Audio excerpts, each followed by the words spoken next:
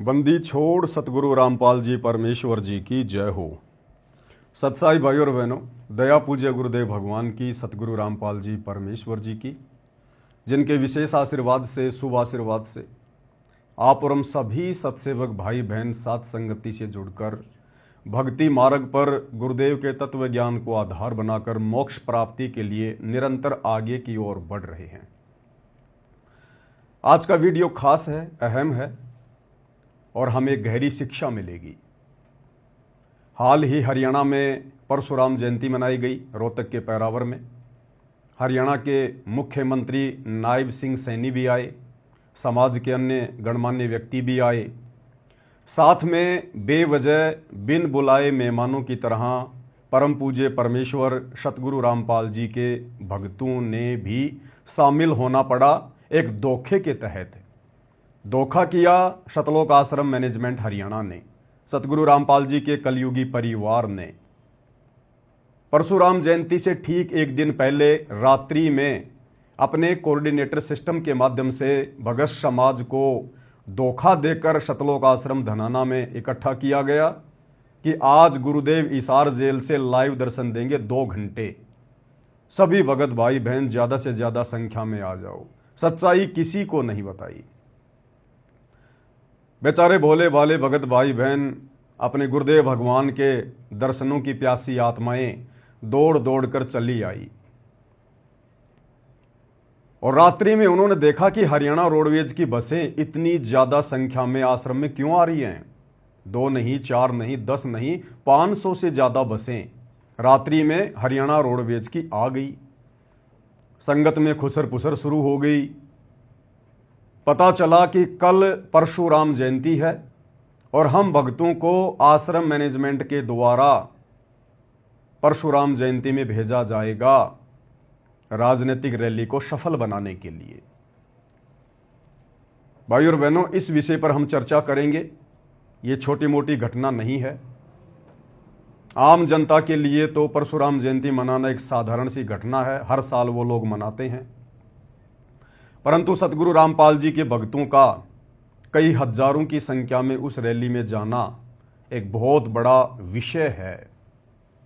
इस विषय पर हम चर्चा करेंगे। उससे पहले परम पूज्य परमेश्वर सतगुरु रामपाल जी भगवान का जयकारा लगाएंगे, क्योंकि गुरुदेव भगवान के आशीर्वाद के बिना कोई भी सत्संग, कोई भी साध संगति सफल नहीं हो सकती। बंदी छोड़ सतगुरु रामपाल जी परमेश्वर जी की जय हो। परम पिता परमात्मा, सारी सृष्टि के रचनहार, कुल मालिक, असंख्य ब्रह्मांडों के स्वामी, जगत गुरु, तीनों लोकों में प्रवेश करके सबका भरण पोषण करने वाले राजाधिराज, आत्माधार, नाथों के नाथ, देवों के देव, महादेव, सर्वेश्वर, महेश्वर, मृत्युंजय, अजरो अमर, आदि अनादि, सनातनी प्रभु, जगत पिता जगदीश्वर, श्री श्री 1008 की उपाधि के वास्तविक अधिकारी, अकाल मूरत सौद स्वरूपी राम वासुदेव, सर्वगतम ब्रह्म, परम पूज्य, प्रथम पूज्य, परम संत, परम पुरुष, परम धनी, परम दयालु, सत्य कबीर, हक्का कबीर, अल्लाहु कबीर, अल्लाहु अकबर, बाखबर, अल्लाह ताला, जगत के तारणहार, जगत के मुक्तिदाता, जगत के जगन्नाथ, हारे के सहारे, हिंदुओं के राम, मुसलमानों के अल्लाह, सिखों के वाहिगुरु, ईसाइयों के मसीह, दया के सागर दयानिधि, करुणा के सागर करुणानिधि, स्वयंभू परिभू, संकट मोचन, कष्ट हरण, मंगल करण, दुख भंजन, अविगत कबीर, निर्विकार निर्विषम परमात्मा, अलय अलेख सतगुरु, आदि अनादि सतगुरु, असली मर्यादा पुरुषोत्तम, असली राम, असली कृष्ण, असली घनश्याम, असली मुरारी, राजाओं के राजा, महाराजाओं के महाराजा, शहंशाहों के शहंशाह, सम्राटों के सम्राट, भगवानों के भगवान, अल्लाहों के अल्लाह, प्रभुओं के प्रभु, मसीहाओं के मसीह, सच्चे वाहिगुरु, बाबाओं के बाबा, पीरों के पीर, सेठों के सेठ, जगत सेठ, सावड़सा सेठ, सर्वगुण संपन्न, अनंत कोटि कलाओं के स्वामी, अनंत कोटि ब्रह्मांडों के नायक, योगियों में महायोगी, ध्यानियों में महाध्यानी, सिद्धों में परम सिद्ध, ज्ञानियों में तत्व ज्ञानी, ब्रह्म ज्ञानी, महाज्ञानी, परम ज्ञानी, सर्वश्रेष्ठ ज्ञानी, विज्ञानी, युवा कबीर, समरथ कबीर, असमवात, अमित ओजा, सच्चे रहनुमा, करीम अल्लाह, सुभान अल्लाह, दुनिया के अंतिम पैगंबर, 8 सितंबर 1951 से गांव धनाना, जिला सोनीपत, हरियाणा, भारतवर्ष की पावन भूमि पे प्रकट रियल कल्कि भगवान श्री नारायण साकार हरि, श्री बाबा साहेब, नूर अनंत परमात्मा, सच्चे बाखबर, सच्चे दरवेश, संत शिरोमणि सतगुरु रामपाल जी परमेश्वर जी के चरण कमल में साध संगति से जुड़े हुए देश विदेश से आप और हम सभी सत्सेवक भाई बहनों का अनंत कोटि दंडवत प्रणाम। भाई और बहनों, वैसे तो राजनीतिक रैलियां हरियाणा हो चाहे राजस्थान हो आए दिन होती रहती हैं और सतगुरु रामपाल जी परमेश्वर जी के भक्तों को इन राजनीतिक रैलियों से और राजनेताओं से कोई लेना देना नहीं होता है। आपने आज से पहले हमारे इस तरह की वीडियो नहीं देखे होंगे क्योंकि हमें गंदी राजनीति से कोई मतलब नहीं होता है। हम एक आध्यात्मिक संस्था सत्य कबीर पंथ से जुड़े हुए हैं, साध संगति से जुड़े हुए हैं। हमारा मकसद अपनी आत्मा का आत्म कल्याण करवाना है, सांसारिक व्यवस्थाओं से हटकर अपने गुरुजी के वचन को फॉलो करके अपने जीवन को सफल बनाना होता है। परंतु परशुराम जयंती पर जो राजनीति हुई है, हमें उससे भी कोई लेना देना नहीं है। परंतु यदि जबरदस्ती हमारे गुरुदेव भगवान को उस राजनीति में घसीटा जाएगा, जिस सतगुरु का राजनीति से और राजनेताओं से सदा 36 का आंकड़ा रहा है। सन 1994 से सतगुरु रामपाल जी परमेश्वर जी ने आध्यात्मिक प्रवचन करने शुरू किए हैं। आप उनका एक गांव के सरपंच के साथ भी कोई फोटो नहीं दिखा सकते। आप उनका एक छोटा सा राजनीतिक स्टेटमेंट किसी भी राजनेता के साथ में नहीं दिखा सकते। परंतु 2014 बरवाला कांड के बाद सतगुरु रामपाल जी के कलयुगी परिवार ने, उनके बेटा बेटी भाई बंधु रिश्तेदारों ने अपने राजनीतिक स्वार्थों के चलते अपनी भक्ति का भी सत्यानाश किया है और लाखों की संगत जो अंधी होकर उन लोगों के पीछे चल पड़ी है, उनकी भक्ति और मर्यादाओं का भी सत्यानाश हो रहा है।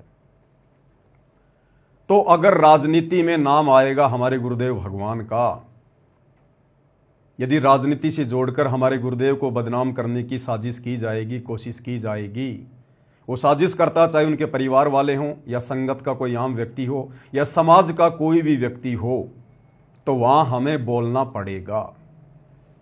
यदि बात आती है अपने राजनीतिक स्वार्थों के चलते भगत समाज की मर्यादाएं तुड़वाने की, तो वहां हमें बोलना पड़ेगा।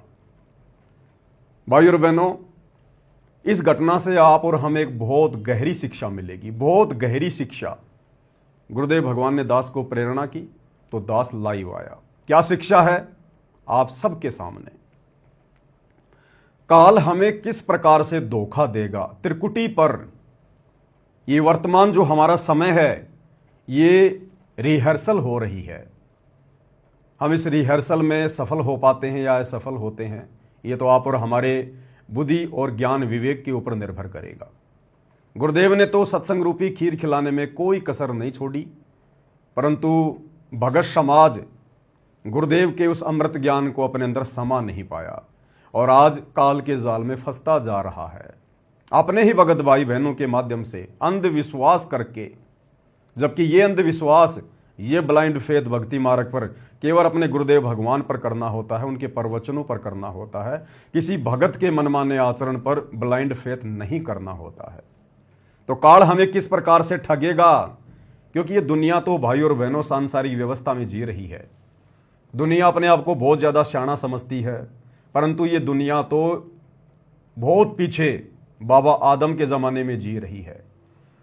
दुनिया केवल इन्हीं चीज़ों को सब कुछ मानती है कि विज्ञान ने ये कर दिया, विज्ञान ने वो कर दिया, मेरे घर में ये सुख हो गए, ये ठाट बाट हो गए, मैं नौकरी लग गया, मैंने बड़ी कोठी बना ली, बड़ी कार ले ली, इतने मेरे प्लाट हैं, मेरा फार्म हाउस है। दुनिया केवल बस इन्हीं चीज़ों में उलझी हुई है और ये सारी की सारी चीज़ें हैं काल की, काल व्यवस्था। आप और हम भाई बहनों को परमेश्वर ने तत्व ज्ञान देकर, आध्यात्मिक ज्ञान देकर काल की इन झूठी व्यवस्थाओं से, झूठे सुखों से कैसे बाहर निकला जाए, कैसे आने वाले समय में 84 लाख योनियों में उठाने वाले कष्टों से बचा जाए और कैसे अपने इस जन्म को भी सफल बनाया जाए। गुरुदेव ने हमें वो अद्वितीय आध्यात्मिक ज्ञान दिया है जो आध्यात्मिक ज्ञान दुनिया के पास में नहीं है। तो भाई और बहनों, ये हमारी रिहर्सल का समय है, परीक्षा का समय है। परमात्मा हमें चेक कर रहे हैं बारंबार। काल जानबूझकर अपने षड्यंत्र के तहत इस तरह की घटनाओं को जन्म देता है और परमात्मा काल के द्वारा पैदा की गई इस तरह की घटनाओं के माध्यम से अपने भक्तों की परीक्षा लेता है। और बार बार गुरुदेव भगवान हिसार जेल से संदेशा दे रहे हैं कि बच्चों, ये आपकी अग्नि परीक्षा का समय है, अग्नि परीक्षा का। तो भाई और बहनों, ये जो घटना घटी है परशुराम जयंती वाली, इस घटना से हमें पता चलेगा कि काल किस प्रकार से अपना काम निकाल कर दूसरों के कंधों पर पैर रखकर बंदूक चलाकर अपना शिकार करके और जिसके कंधे पर खड़ा था फिर कैसे उसको ठोकर मारता है। मतलब के बिना कोई नहीं प्यारा। परमात्मा कहते हैं, जब तक बैल चले हड़िए में तब तक डाले चारा, और बूढ़ा हो तब नाथ काट दे वो घर घर लाठे खारिया। तो जैसे ही हरियाणा के एक मंत्री अरविंद शर्मा का राजनीतिक स्वार्थ पूरा हुआ, शतलोक आश्रम मैनेजमेंट हरियाणा के माध्यम से गुरुदेव के कलयुगी बेटों को, गुरुदेव के भाई को मोहरा बनाया गया। परशुराम जयंती वाले दिन हरियाणा के मुख्यमंत्री की रैली को सफल बनाने के लिए। और जब ये बात हरियाणा में छिड़ी, लोगों ने अरविंद शर्मा के इंटरव्यू लेने शुरू किए, तो किस प्रकार से हरियाणा के मंत्री अरविंद शर्मा ने अपना पल्ला झाड़ लिया। संत रामपाल जी के भक्तों के कारण जिस रैली को उन्होंने सफल बनाया, उसने सतगुरु रामपाल जी का नाम तक नहीं लिया। अन्य संतों और पंथों की प्रशंसा की कि वो रैली में आए, उन्होंने रैली को सफल बनाया, परंतु संत रामपाल जी के भगत जो तकरीबन 50,000 से ज्यादा संख्या में गए थे, उनका कोई नाम तक नहीं। और उल्टा सतगुरु रामपाल जी के भक्तों के सिर पर मटका फोड़ दिया कि हमने नहीं बुलाया, हमने नहीं बुलाया। क्या कहा मंत्री अरविंद शर्मा ने कि हमने तो सभी को रुक्का मारकर सामूहिक रूप से न्योता दिया था, हमने किसी को पर्सनली इनवाइट नहीं किया। और परशुराम जयंती में वो लोग आए हैं जिन लोगों की परशुराम में आस्था थी, जो लोग परशुराम को अपना भगवान मानते हैं, हमने किसी को नहीं बुलाया। जबकि ये जग जाहिर है, सतलोक आश्रम मैनेजमेंट हरियाणा को भी पता है, भक्तों को भी पता है कि सतलोक आश्रम धनाना में 500 से ज्यादा बसें उसी मंत्री अरविंद शर्मा ने भेजी थी। अगर उन्हें कोई मतलब ना होता, अगर स्पेशल ना बुलाया होता, तो 500 बसें सतलोक आश्रम धनाना में हरियाणा रोडवेज की क्यों भेजी गई। लेकिन भाई और बहनों, काल इसी प्रकार से ठगता है। एक बहुत गहरी शिक्षा है ये। हम सत्सेवक भाई बहनों ने बहुत गहरी शिक्षा लेनी है कि हम निकट भविष्य में इस प्रकार की गलतियां ना करें, जो गलतियां दिन प्रतिदिन करके सतलोक आश्रम से जुड़े हुए भाई बहन करते जा रहे हैं और अपनी भक्ति का सत्यानाश करवा रहे हैं। तो जब मंत्री अरविंद शर्मा का इंटरव्यू लिया एक यूट्यूबर ने, तो किस प्रकार से उन्होंने जवाब दिया और अपना पल्ला झाड़ लिया कि भैया हमने किसी को नहीं बुलाया, हमने रामपाल जी के भक्तों को नहीं बुलाया, हमने तो सबको रुक्का मार के सामूहिक रूप से न्योता दिया था। और भैया इस रैली में तो वो आए हैं जिनकी आस्था परशुराम में थी। फोड़ दिया मटका भक्तों के सिर के ऊपर कि जिनकी आस्था भगवान परशुराम में थी वो आए हैं, हमने किसी को पीले चावल नहीं भेजे थे। सुनिएगा भाई और बहनों, साथ साथ विश्लेषण करते जाएंगे। क्या क्या कुछ कहा। अपने बयानों को लेकर अक्सर चर्चा में रहने वाले cabinet minister doctor Arvind Sharma, पिछले दिनों परशुराम जयंती मनाई गई, कई विवाद उस पर भी उठे। डॉक्टर साहब हमारे साथ हैं, क्या विवाद थे, कैसा समारोह रहा। डॉक्टर साहब सबसे पहले तो आपका स्वागत है। बहुत बहुत धन्यवाद। राम राम, नमस्कार। पूरे प्रदेश भर से समाज के लोग आए थे परशुराम जयंती में, कुछ विवाद भी हुए थे कि पता नहीं किस किस को बुला लिया गया। कैसा है, पूरे प्रदेश भर में समाज के साथ, विप्र समाज के साथ 36 बिरादरी ने हिस्सा लिया, सभी ने हिस्सा लिया। और हमारा सबके साथ नौता किसके साथ है, नौता था कि भाई भगवान परशुराम, देखो आप अगर मुझे अपने घर बुलाओगे, अगर मेरा आपका मेल खाता है तो मैं घर जाऊंगा, नहीं मेल खाता तो मैं नहीं जाऊंगा।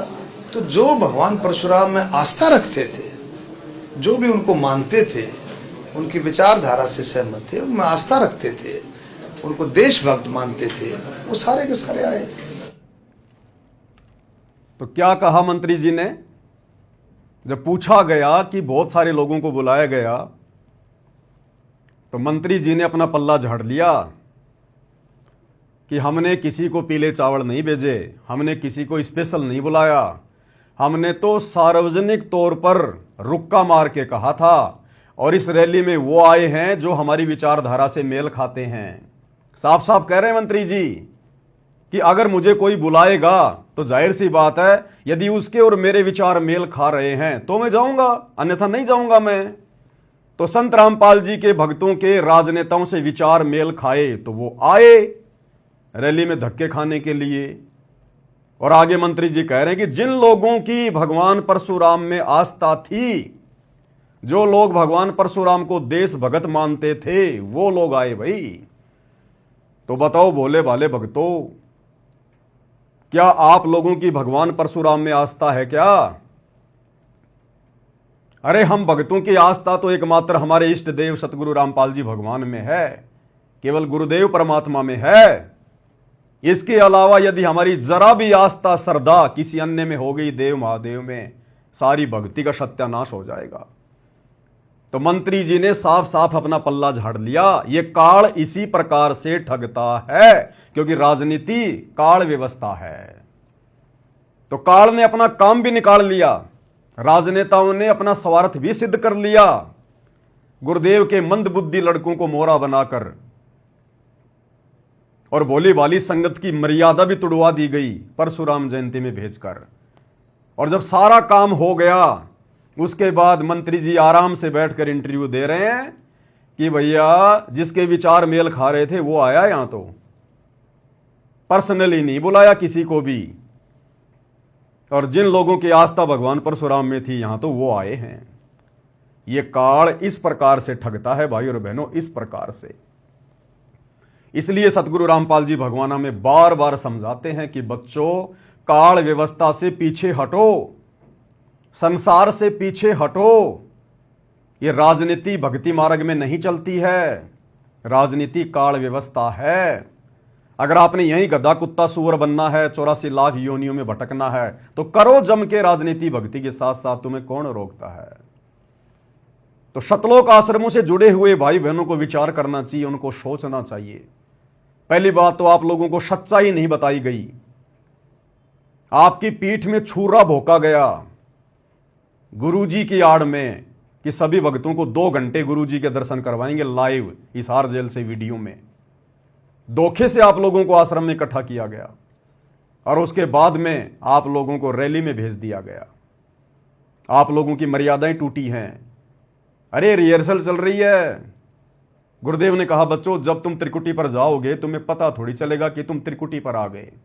हो सकता है यह परशुराम जयंती में जाना हमारी त्रिकुटी वाली परीक्षा हो।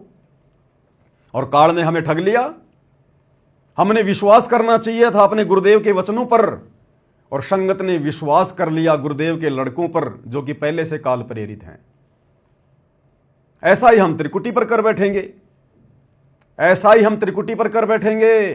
ये काल वहां पर कोऑर्डिनेटर का रूप बना के आ जाएगा, गुरुजी के लड़कों का रूप बना के आ जाएगा, गुरुजी के भाई का रूप बना के आ जाएगा।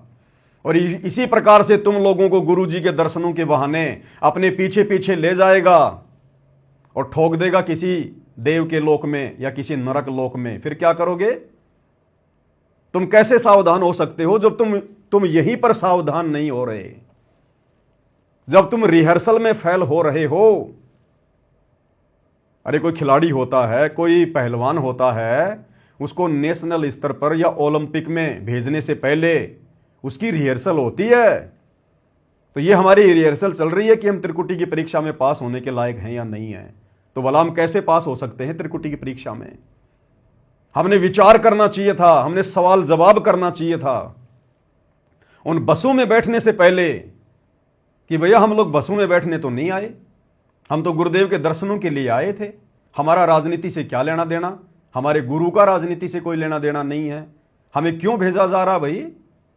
किसी ने कोई सवाल जवाब नहीं किया। इसका मतलब सब के सब भेड़ चाल में अंध भक्ति हो रही है, शतलोक आश्रमों में अंध भक्ति।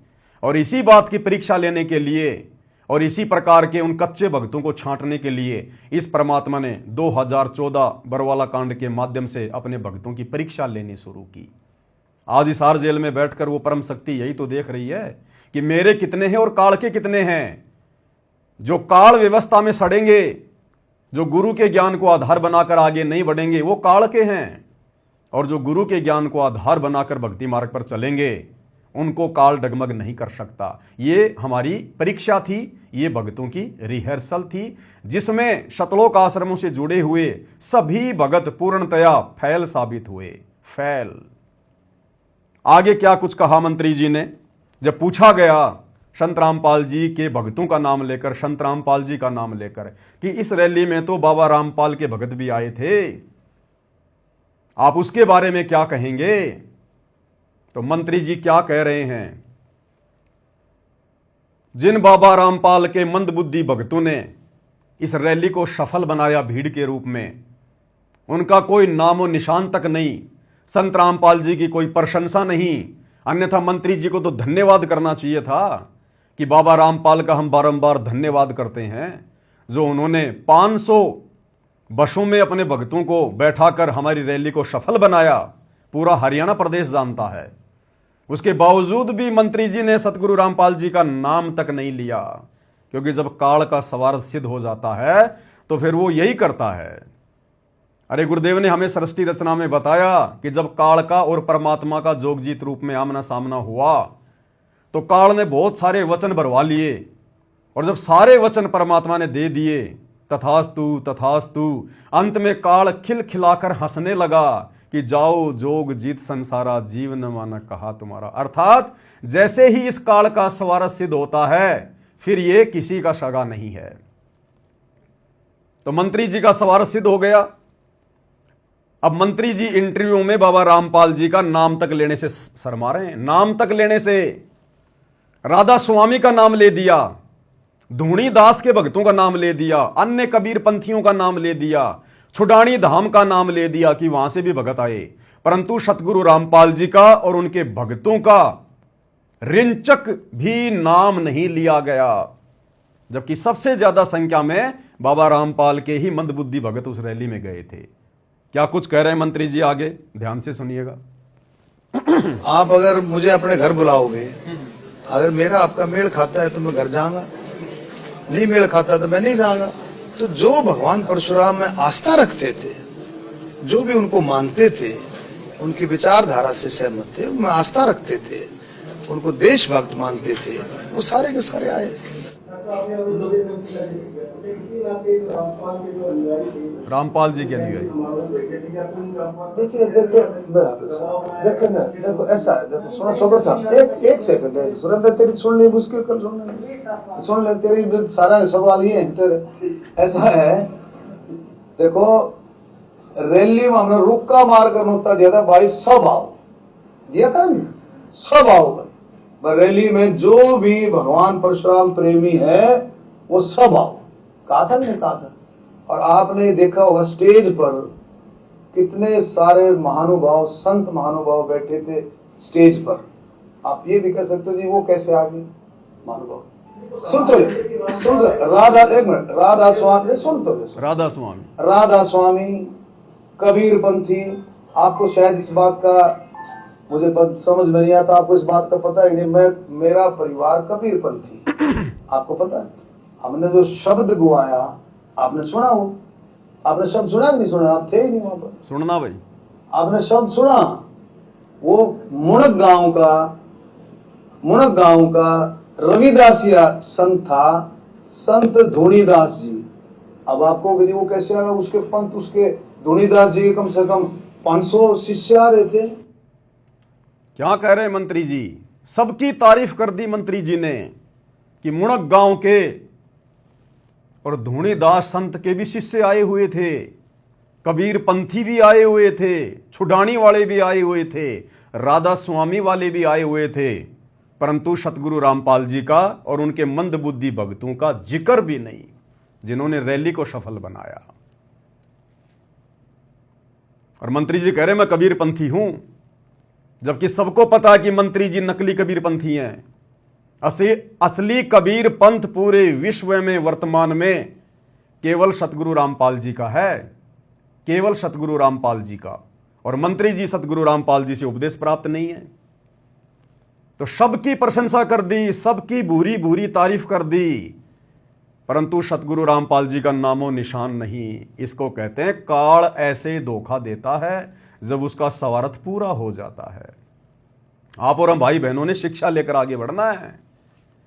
ये संसार हमें कुछ नहीं देने वाला, ये राजनेता हमें कुछ नहीं देने वाले। ये काल व्यवस्था है, जैसे इनका स्वार्थ पूरा होगा ये ठोकर मारेंगे, ठोकर, जैसे कि वर्तमान में मारी जा रही है मंत्री जी के द्वारा सतगुरु रामपाल जी को और उनके भक्तों को। सबकी प्रशंसा कर दी, जिसके 500 भगत आए उसकी प्रशंसा कर दी, जिस राधा स्वामी के इक्के दुक्के भगत आए उनकी प्रशंसा कर दी, परंतु सतगुरु रामपाल जी का नामो निशान भी नहीं। किस लिए गए थे फिर वहां पर? अरे किस लिए गए थे फिर वहां पर? शुअर की तरह गटर में नाक रगड़ने के लिए गए थे क्या? क्यों इतनी मेहनत करी? 500 बसों में भगत बैठकर गए, रैली को सफल बनाया और तुम्हारा जिक्र तक नहीं।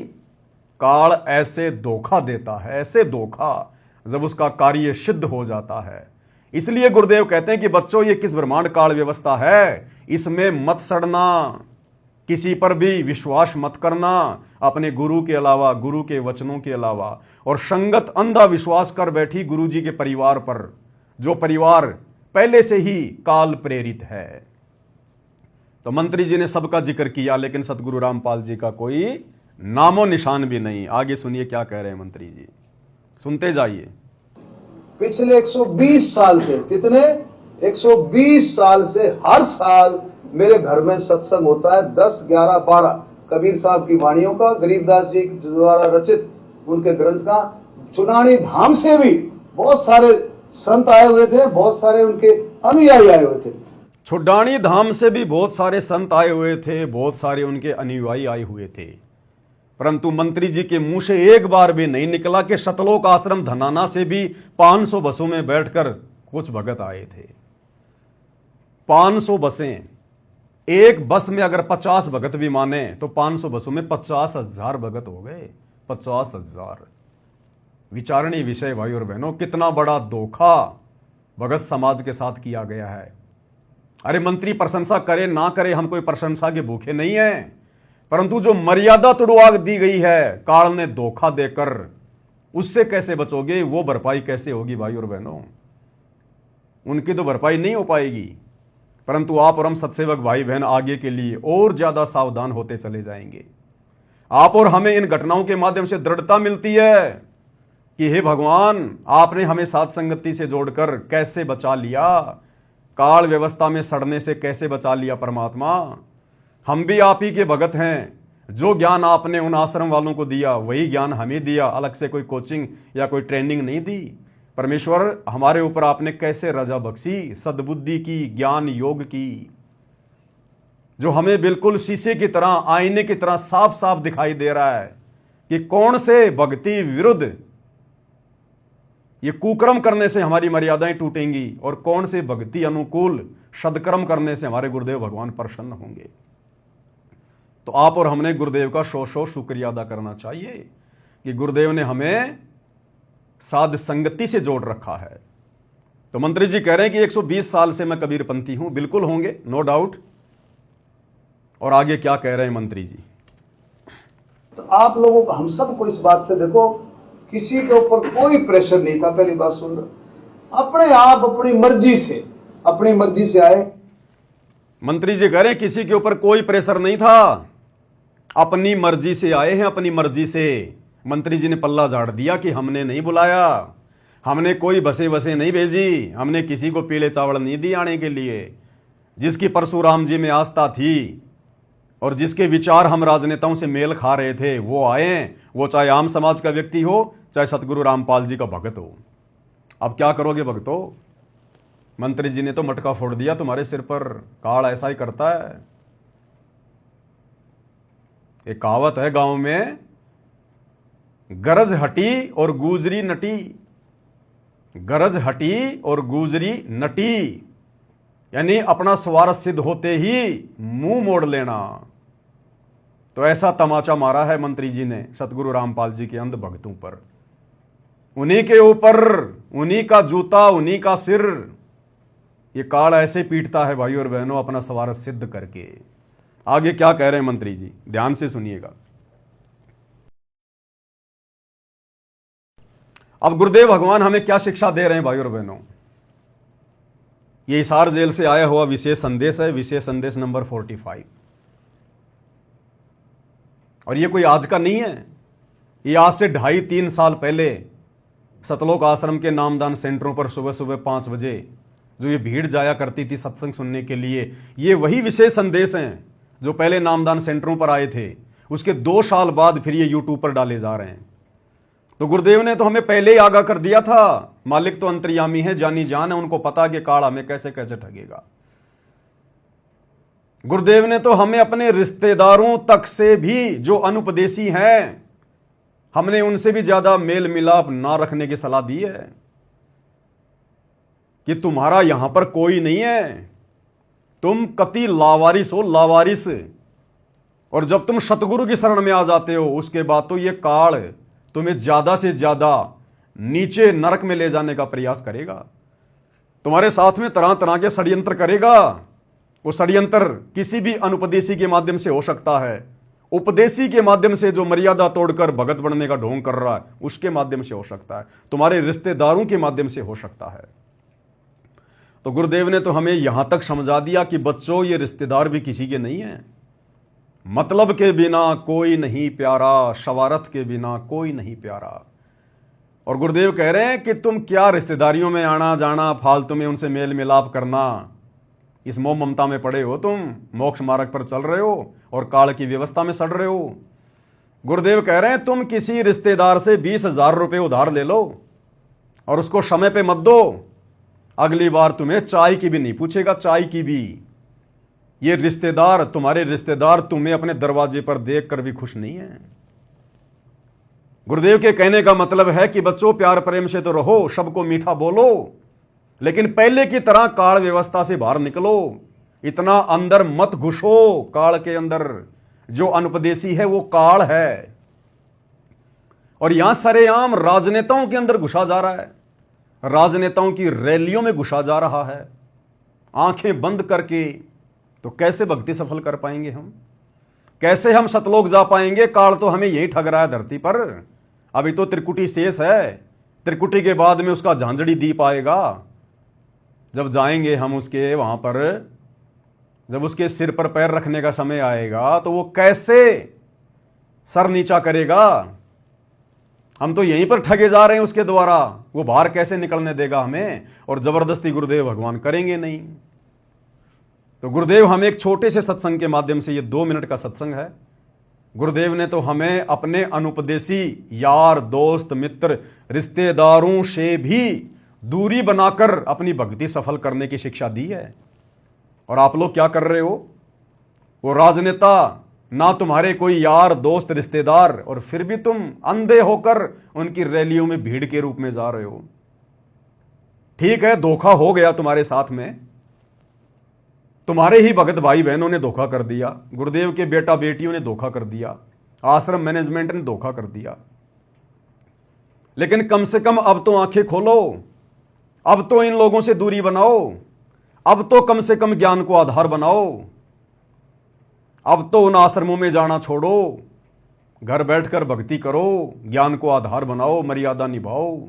जैसे हम सत्सेवक भाई बहन साथ संगति से जुड़कर पिछले 10-12 वर्षों से हम किसी आश्रम में नहीं गए, किसी नामदान सेंटर पर नहीं गए, और हमारा गुरु भगवान पल पल शब्द रूप में हमारे साथ में है, पल पल किसी का बाढ़ भी बांका नहीं होने दे रहा, बाढ़ भी बांका, और अपने बच्चों को ऐसे रख रहा है इस काल व्यवस्था में जैसे समुद्र के ऊपर नौका चलती है। तो अब तो कम से कम सवाल जवाब करो उन कोऑर्डिनेटरों से, नामदान संचालकों से, उन आश्रम संचालकों से, गुरुजी के बेटा बेटी से, कि नालायकों क्यों हमारी मर्यादा तुड़वाई? तुम भगत होकर अगर गुरु की आड़ में धोखा कर रहे हो तो हम किससे उम्मीद करें, किसके ऊपर विश्वास करें? फिर हम अब तो कम से कम जागरूक हो जाओ। अब तो कम से कम उन आश्रमों में जाना छोड़ो। तो गुरुदेव क्या कह रहे हैं, हम कितना प्यार से समझा रहे हैं परमात्मा। अब अकल ठिकाना आई आपकी, और धन्य है आप, परमात्मा ने आपको शरण में लिया।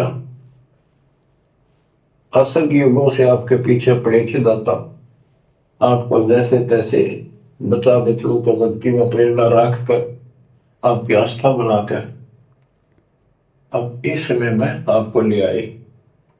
अब ध्यान दो, मजाक ना समझो, हल्के में ना लो इन बातों को। गुरुदेव कह रहे हैं ध्यान दो, मजाक में ना लो, हल्के में ना लो इन बातों को। तो गुरुदेव भगवान के इस वचन की लाज तो केवल सत्सेवक भाई बहन रख रहे हैं, जो इस भक्ति मार्ग को हल्के में नहीं ले रहे, मजाक में नहीं ले रहे, संघर्ष कर रहे हैं मर्यादाओं के लिए, अपने आत्म कल्याण के लिए, भक्ति को सफल करने के लिए। और मजाक में कौन लोग ले रहे हैं? सतलोक आश्रम से जुड़े हुए भाई बहन, आश्रम मैनेजमेंट, गुरु का परिवार, ये लोग हल्के में ले रहे हैं, मजाक में ले रहे हैं। और ये मजाक कितना भयंकर परिणाम देगा आने वाले समय में। ये परमात्मा है निष्पक्ष परमात्मा, पक्षपात नहीं करेगा। आने वाला समय जो युग परिवर्तन का है, विनाशकारी समय जो शुरू हो चुका है, कई वर्षों तक चलेगा, उसमें कमर टूटेगी उन भक्तों की जो आज मजाक में ले रहे हैं, हल्के में ले रहे हैं। उस समय पता चलेगा मर्यादा में रहकर भक्ति करते हुए, संघर्ष करते हुए, भक्ति करने वालों के साथ में क्या, और ये राजनेताओं की रैलियों में भीड़ जमा करने वाले इनके साथ में क्या। उस समय पता चलेगा। फिर ये गुरुदेव भगवान अपनी तरफ से किसी प्रकार की कोई हेल्प नहीं करेगा। अगर तुम मर्यादा तोड़कर भक्ति करने वाले आश्रम से जुड़े हुए भाई बहनों की भी गुरु उस समय अगर रक्षा करेगा, मर्यादा करेगा, तो आने वाले समय में मर्यादाओं में रहकर कोई भक्ति करेगा ही नहीं। क्योंकि इतिहास तो साथ साथ बन रहा है ना। आज सतगुरु रामपाल जी की संगत में 2 पार्ट हो चुके हैं, सबको पता है, एक सात संगति और एक सतलोक आश्रम मैनेजमेंट। सात संगत वाले गुरु ज्ञान में रहकर, गुरु को भगवान मानकर और हर प्रकार से मर्यादाओं में रहकर अपनी भक्ति कर रहे हैं, संघर्ष कर रहे हैं। आश्रम वाले बिल्कुल काल व्यवस्था में सड़ रहे हैं, उनके लिए कोई मर्यादा नहीं है, ना वो गुरु को परमात्मा मानते। तो भैया ये इतिहास तो बन रहा है। तो आने वाले समय में फिर दुनिया कैसे अंतर देखेगी? अगर इन आश्रम वालों की भी अगर विनाशकालीन समय में अगर इसी प्रकार से मौज हुई, इनकी भी अगर रक्षा हुई, तो आने वाला समाज इस भक्ति को इतना सीरियस नहीं लेगा कि रे कुछ नहीं। ये देखो ना इतिहास, वो सत्सेवक थे, पागल थे, बावड़े थे, वो मंदबुद्धि थे, फालतू में गुरु जी की मर्यादाओं को सीरियस ले रहे थे, फालतू में समाज के साथ में संघर्ष कर रहे थे। ये देखो ये सतलोक आश्रम से जुड़े हुए अंध भगत दिन रात मर्यादा तोड़ रहे थे। ये गुरु जी की मर्यादाओं के विरुद्ध इन्होंने धनाना गांव में 1 करोड़ रुपए की लागत से गांव वालों को खुश करने के लिए बैडमिंटन का स्टेडियम बनवा दिया। और इनका देखो बाड़ी बाका नहीं हो रहा। सोनीपत के गोहाना में जाटों की धर्मशाला बनवाई इन्होंने, 5वां फ्लोर बनवा दिया 1 करोड़ रुपए में। भक्तों का ज्योति पाठ का पैसा वहां ठोक दिया गया। देखो इनका बाड़ी बाका नहीं हो रहा। हरियाणा के जाट आरक्षण में लाखों की संख्या में ये आश्रम से जुड़े हुए भाई बहन वहां जाकर बैठे। देखो ना इनका कोई बाड़ी बाका नहीं हो रहा। राजस्थान के गैंगस्टर आनंदपाल सिंह की सीबीआई जांच का इन्होंने समर्थन किया, 5 लाख रुपए चंदे के रूप में दिए गैंगस्टर की सीबीआई जांच के लिए राजपूत करनी सेना को। देखो इनका बाली बाका नहीं हो रहा। अपने स्वार्थ के लिए ना जाने इन्होंने क्या क्या कुकर्म कर दिए। अयोध्या में इन्होंने भंडारा लगा दिया आन उपासकों के लिए। देखो ना आज इनका बाली बाका नहीं हो रहा। तो आने वाले समय में इस भक्ति को कोई सीरियस नहीं लेगा, गुरु की मर्यादाओं को कोई सीरियस नहीं लेगा। इसलिए थोड़े समय बाद जब वो विनाशकारी समय शुरू होगा, उस समय पता चलेगा इन मंदबुद्धि सतलोक आश्रम से जुड़े हुए अंध भक्तों को कि मर्यादा तोड़कर भक्ति का ड्रामा करने की क्या सजा मिलती है। और गुरु की गैर हाजिरी में गुरु को परमात्मा मानकर, ज्ञान को आधार बनाकर, डरकर भक्ति करते हुए, संघर्ष करते हुए अपनी भक्ति को सफल बनाने का क्या परिणाम निकलता है, ये आने वाले समय में पता चलेगा। तो क्या कह रहे हैं गुरुदेव? ये तो कल फूक निकल जाएगी, परसों तो हमें कौन पूछेगा, जिसके ऊपर सब कुछ नुकसान हुए बैठे। अब ध्यान दो, मजाक ना समझो, हल्के में ना लो इन बातों को। ये तो कल फूक निकल जाएगी, परसों तो हमें कौन पूछेगा, जिसके ऊपर सब कुछ नुकसान हुए बैठे। ये परिवार, ये संसार, ये लोग लाग रिश्तेदार, ये भी इतने साथ से रहेंगे आपका जब तक आपका ठीक ठाक गुजारा है। जिस दिन आप हैंड टू माउथ हो जाओगे, अपने द्वार पर देख कर राजी नहीं होंगे रिश्तेदार को, पड़ोसी भी। सुन लो, ये कति यूनिवर्सल ट्रूथ है। क्या कहा जिस गुरुदेव? दिन आप हैंड टू माउथ हो जाओगे, अपने द्वार पर देख कर राजी नहीं होंगे रिश्तेदार को, पड़ोसी भी। ये कति यूनिवर्सल ट्रूथ है। गुरुदेव कह रहे हैं जिस दिन तुम हैंड टू माउथ हो जाओगे, यानी अपने रिश्तेदारों के किसी मतलब के नहीं रहोगे, ये रिश्तेदार तुम्हें अपने घर के दरवाजे पर देखकर भी खुश नहीं होंगे जिनके ऊपर तुम चौड़े हुए बैठे हो। तो जब रिश्तेदार ऐसा कर सकते हैं, क्योंकि परमेश्वर कह रहे हैं साध वचन पलटे नहीं पलट जाए ब्रह्मांड, ये अंतर्यामी भगवान है और कह रहे हैं यूनिवर्सल ट्रूथ है, सार्वभौमिक सत्य है, ये झूठ रिंचक भी नहीं है। तो जब रिश्तेदार ऐसा कर सकते हैं, राम समाज में कर रहे हैं, हम देख रहे हैं ना, तो ये राजनेता हमारे लगते क्या हैं? गुरु का परिवार हम भक्तों का लगता क्या है? आज तुम इन आश्रमों में जा जाकर आर्थिक रूप से और शारीरिक रूप से इनका सहयोग कर रहे हो, इसलिए तुम्हें लड्डू जलेबी बर्फी खिला रहे हैं। तुम कल को सारे साथ संगति से जुड़ जाओ, ये तुम्हारा मुंह देखकर खुश नहीं है, मुंह देखकर भी। तो ये परमेश्वर कह रहे हैं कि जब तुम कल को हैंड टू माउथ हो जाओगे ना, ये तुम्हें अपने दरवाजे पर देखकर खुश नहीं होंगे। तो बताओ, राजनेता तो हमारे लगते ही क्या हैं? वो तो रिश्तेदार भी नहीं है जिनकी रैली को सफल बनाने के लिए तुम लोग भेड़ के रूप में वहां चले गए। ये विचारणीय विषय है। ये संगत ने हल्के में ले लिया सतगुरु को, सतगुरु के ज्ञान को। इसका परिणाम भयंकर होगा, भयंकर। ये निष्पक्ष परमात्मा है, निर्मोही परमात्मा है। इसका कोई बेटा बेटी भाई बंधु रिश्तेदार जवाई मामा मामी फूफा फाफा नहीं है।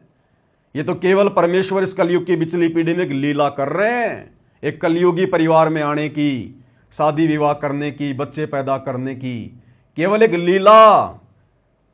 अगर आपने गुरु को भगवान मान लिया तो वो सतलोक का राजा कबीर भगवान अपने सतलोक को छोड़कर इस गंदे लोक में बच्चे पैदा करने नहीं आता वो। तो ये निर्मोही परमात्मा है। आप रोज पढ़ते हो मंगलाचरण में, परम शक्ति संगीतम रिद्धि सिद्धि दाता सोही अविगत गुण अतीतम सत्य पुरुष निर्मोही। ये सत्य पुरुष है सतगुरु रामपाल जी। दुनिया नहीं जानती, नहीं पहचानती, लेकिन आप और हमें तो पता है।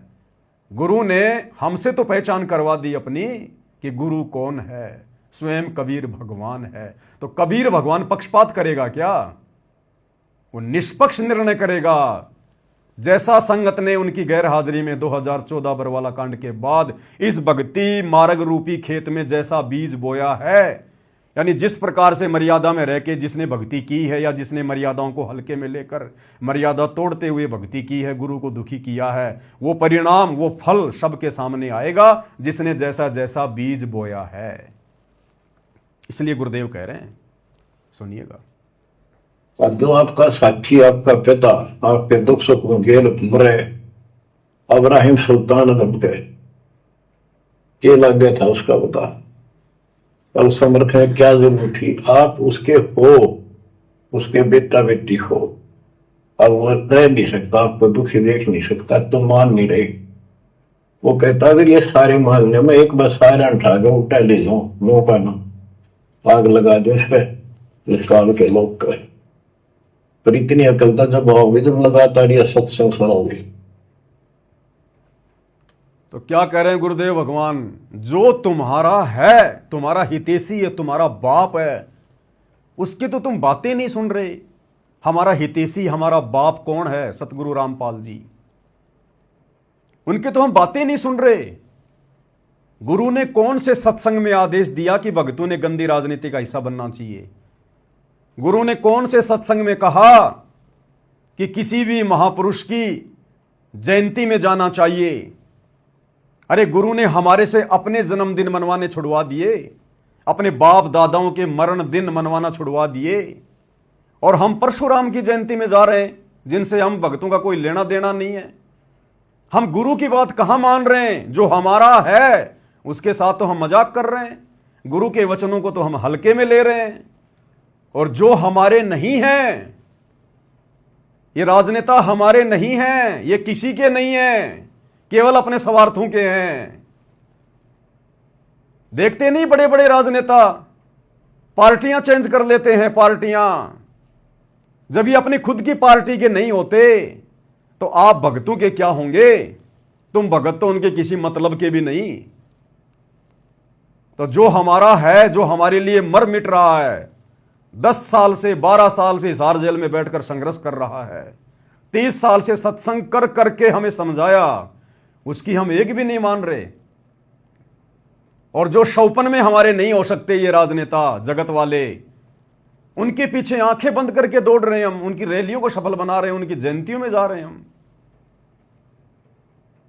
तो भाई और बहनों, विचार करना पड़ेगा, विचार, अन्यथा यह काल बहुत भयंकर तरीके से ठग रहा है वर्तमान में संगत को। और ये परीक्षा चल रही है। परमात्मा हिसार जेल में बैठकर, वे हिसार की छोटी जेल में बैठकर आप और हम 21 ब्रह्मांड रूपी इस बड़ी जेल में बैठे हुए कैदियों की रहनी करनी देख रहा है।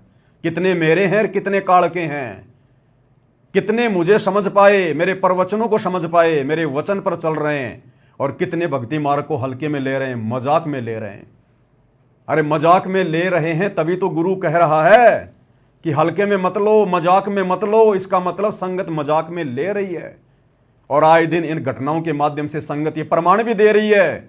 राजनेताओं की रैलियों में जाकर, परशुराम की जयंती में जाकर, स्टेडियम बनाकर, धर्मशालाएं बनवाकर, गुंडों की सीबीआई जांच का समर्थन करके, अयोध्या में भंडारा लगा के, अन्य तरह तरह के कुकर्म करके, भक्ति विरुद्ध कर्म करके, संगत साथ में प्रमाण भी दे रही है कि गुरुजी हम कच्चा पक्का काम नहीं करते। ये ना सोच लेना कि हम लोग ऐसे वैसे हल्के में ले रहे हैं, हम तो परमाणु के साथ में हल्के में ले रहे हैं आपको और आपके ज्ञान को।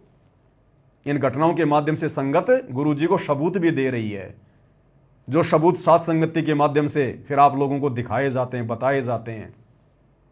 और इन्हीं सबूतों के आधार से, इन्हीं वीडियोज के आधार से आने वाले समय में भगत समाज में गुरुदेव के कलयुगी परिवार को, उनके बेटा बेटी, भाई बंधु, रिश्तेदारों को, इन कोऑर्डिनेटरों को, नामदान संचालकों को, आश्रम संचालकों को, जो एक ही थाली के चट्टे बट्टे हैं, मर्यादा तोड़कर काल की गोद में बैठे हैं, संगत की मर्यादा तोड़वा रहे हैं, आने वाले इतिहास में इनके वंशजों तक को बोलने नहीं दिया जाएगा।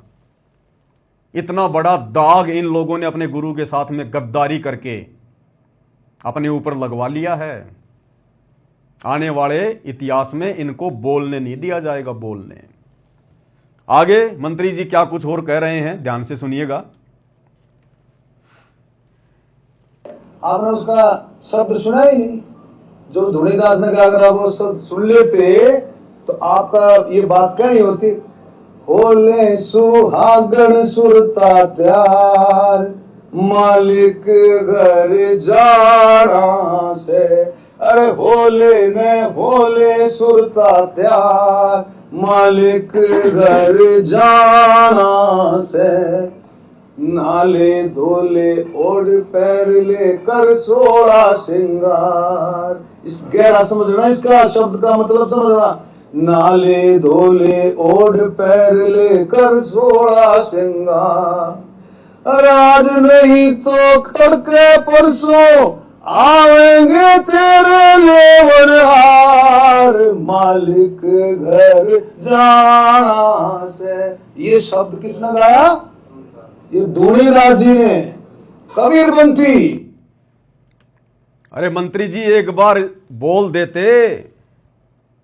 धुनीदास जी से ज्यादा तो ये शब्द सतगुरु रामपाल जी ने गाया है। सतगुरु रामपाल जी ने, कबीरपंथी धुनीदास जी ने गाया ये शब्द। सतगुरु रामपाल जी का कोई नामो निशान नहीं, क्योंकि मंत्री जी को शर्म आ रही है। शर्म आ रही है मंत्री जी को कि जेल में बैठे हुए एक व्यक्ति का मैं कैसे नाम लूं।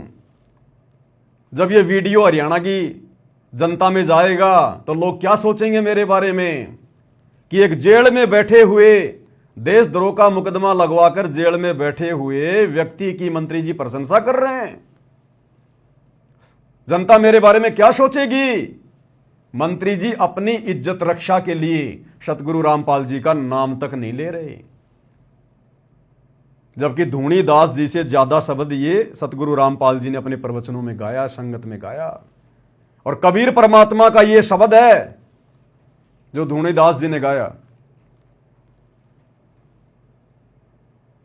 कैसा सिला दिया तूने मेरे प्यार का, यार ने ही लूट लिया घर यार का। जैसे ही राजनेताओं का सवार सिद्ध हुआ, रैली समाप्त हुई, कोई नामो निशान नहीं संत रामपाल जी का, ना उनकी संगत का। और जाओ रैलियों में और कराओ अपने गुरु जी की बदनामी, तोड़ो अपनी मर्यादाएं जम के। गुरु यही देख रहा है बैठा बैठा कि ये काल इनको कितना नीचे गिरा सकता है, ये लोग मूर्खता की किस हद तक पराकाष्ठा पार कर सकते हैं। तो मंत्री जी कह रहे हैं कि आपने वो शब्द सुना ही नहीं जो धूणी दास जी ने गाया, कबीर पंथी ने। और मंत्री जी वो शब्द गा रहे हैं कि होले सुहागन सुनता त्यार मालिक घर जाना है, नाले धोले ओढ़ पैरले कर सोड़ा श्रृंगार, आज नहीं तो तड़के परस्यों आवेंगे तेरे लणी हार, मालिक घर जाना है। और मंत्री जी कह रहे हैं इसकी गहराई को समझना, जबकि इस शब्द की गहराई का मंत्री जी को भी नहीं पता। अगर इस शब्द की गहराई का मंत्री जी को पता होता तो मंत्री पद को 2 मिनट में ठोकर मार देते, 2 मिनट में, और भक्ति मार्ग में आ जाते, यथार्थ कबीर पंथ में। अब मंत्री जी को भी इसका मतलब समझाएंगे और वीडियो देख रहे भाई बहनों को भी इसका मतलब समझाएंगे, जो शब्द सतगुरु रामपाल जी ने गाया भी और बखूबी समझाया भी। तो गुरुदेव के आशीर्वाद से ये पवित्र पुस्तक छपी है, सतगुरु शब्द महिमा संग्रह। इसमें लगभग गुरुदेव के ज़्यादातर शब्दों को संग्रहित किया गया है। तो गुरुदेव की महिमा करते हैं। मंत्री जी ने हमें एक मौका दे दिया, क्योंकि मंत्री जी तो सामने वाले को इस शब्द का अर्थ समझा नहीं पाए, लेकिन आप और हम सतगुरु रामपाल जी के भक्तों को जिस प्रकार से गुरुदेव ने समझाया है, हम समझाने का प्रयास करेंगे। बंदी छोड़ सतगुरु रामपाल जी परमेश्वर जी की जय हो। होले सुहागण सुरता त्यार मालिक घर जाना है तू तो, होले सुहागण सुरता त्यार मालिक घर जाना है तेरा, सुन शिखर भर तार मालिक घर जाना है तेरा, सुन शिखर भर तार मालिक घर जाना है। परमात्मा आत्मा को जगा रहे हैं, आत्मा को चेता रहे हैं कि हे प्यारी आत्मा, तुझे असंख्य जन्म हो गए इस काल की गंदी राजनीति में, गंदी व्यवस्था में सड़ते हुए।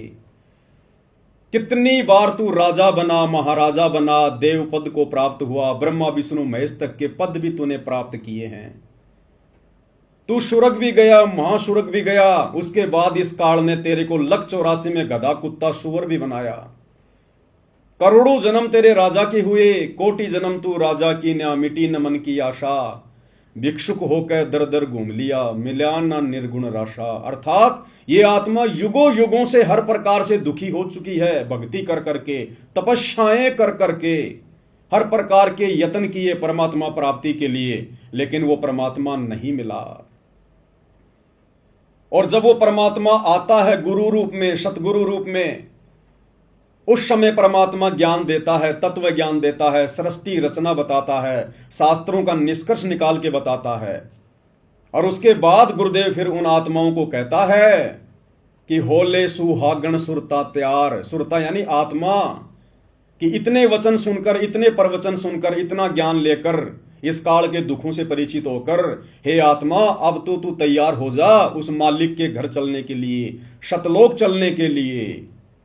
तेरा भरतार, तेरा पति, आत्मा का पति परमेश्वर कबीर साहेब, जो वर्तमान में सतगुरु रामपाल जी के रूप में धरती पर प्रकट हैं, परमेश्वर कह रहे हैं तेरा पति गुरु रूप में भूमिका करते हैं परमात्मा अपने आप को छुपाते हुए, और कह रहे हैं तेरा पति, तेरा परमेश्वर शून्य शिखर में सबसे ऊपर टॉप मोस्ट पैलेस पर शतलोक में बैठा है वो कबीर परमात्मा सिंहासन पर।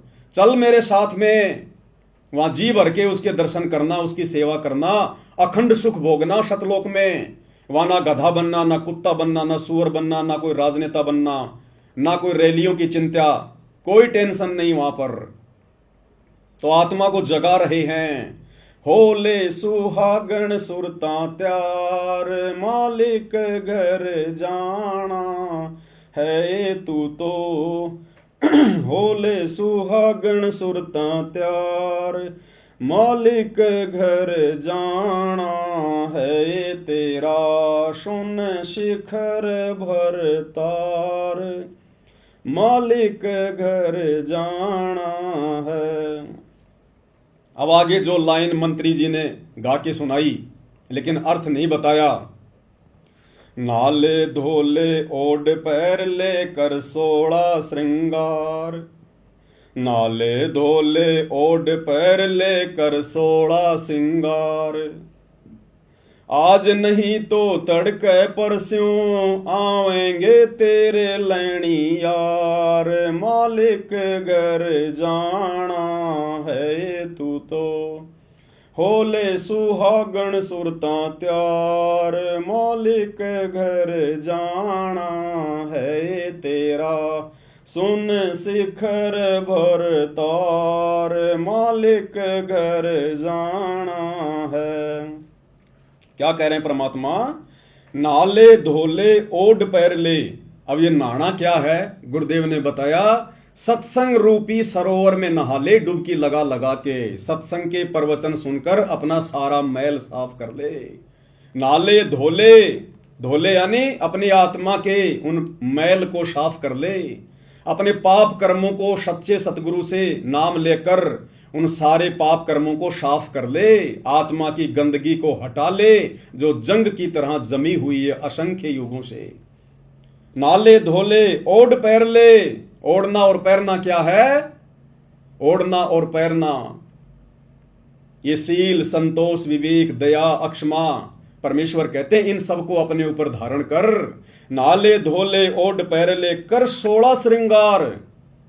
ये नकली हार श्रृंगार को त्याग दे, ये किसी काम का नहीं है। जब तक ये 20-30 साल की जवानी है तब तक ये सजना सवरना, हार श्रृंगार करना, सोना चांदी अच्छा लगता है।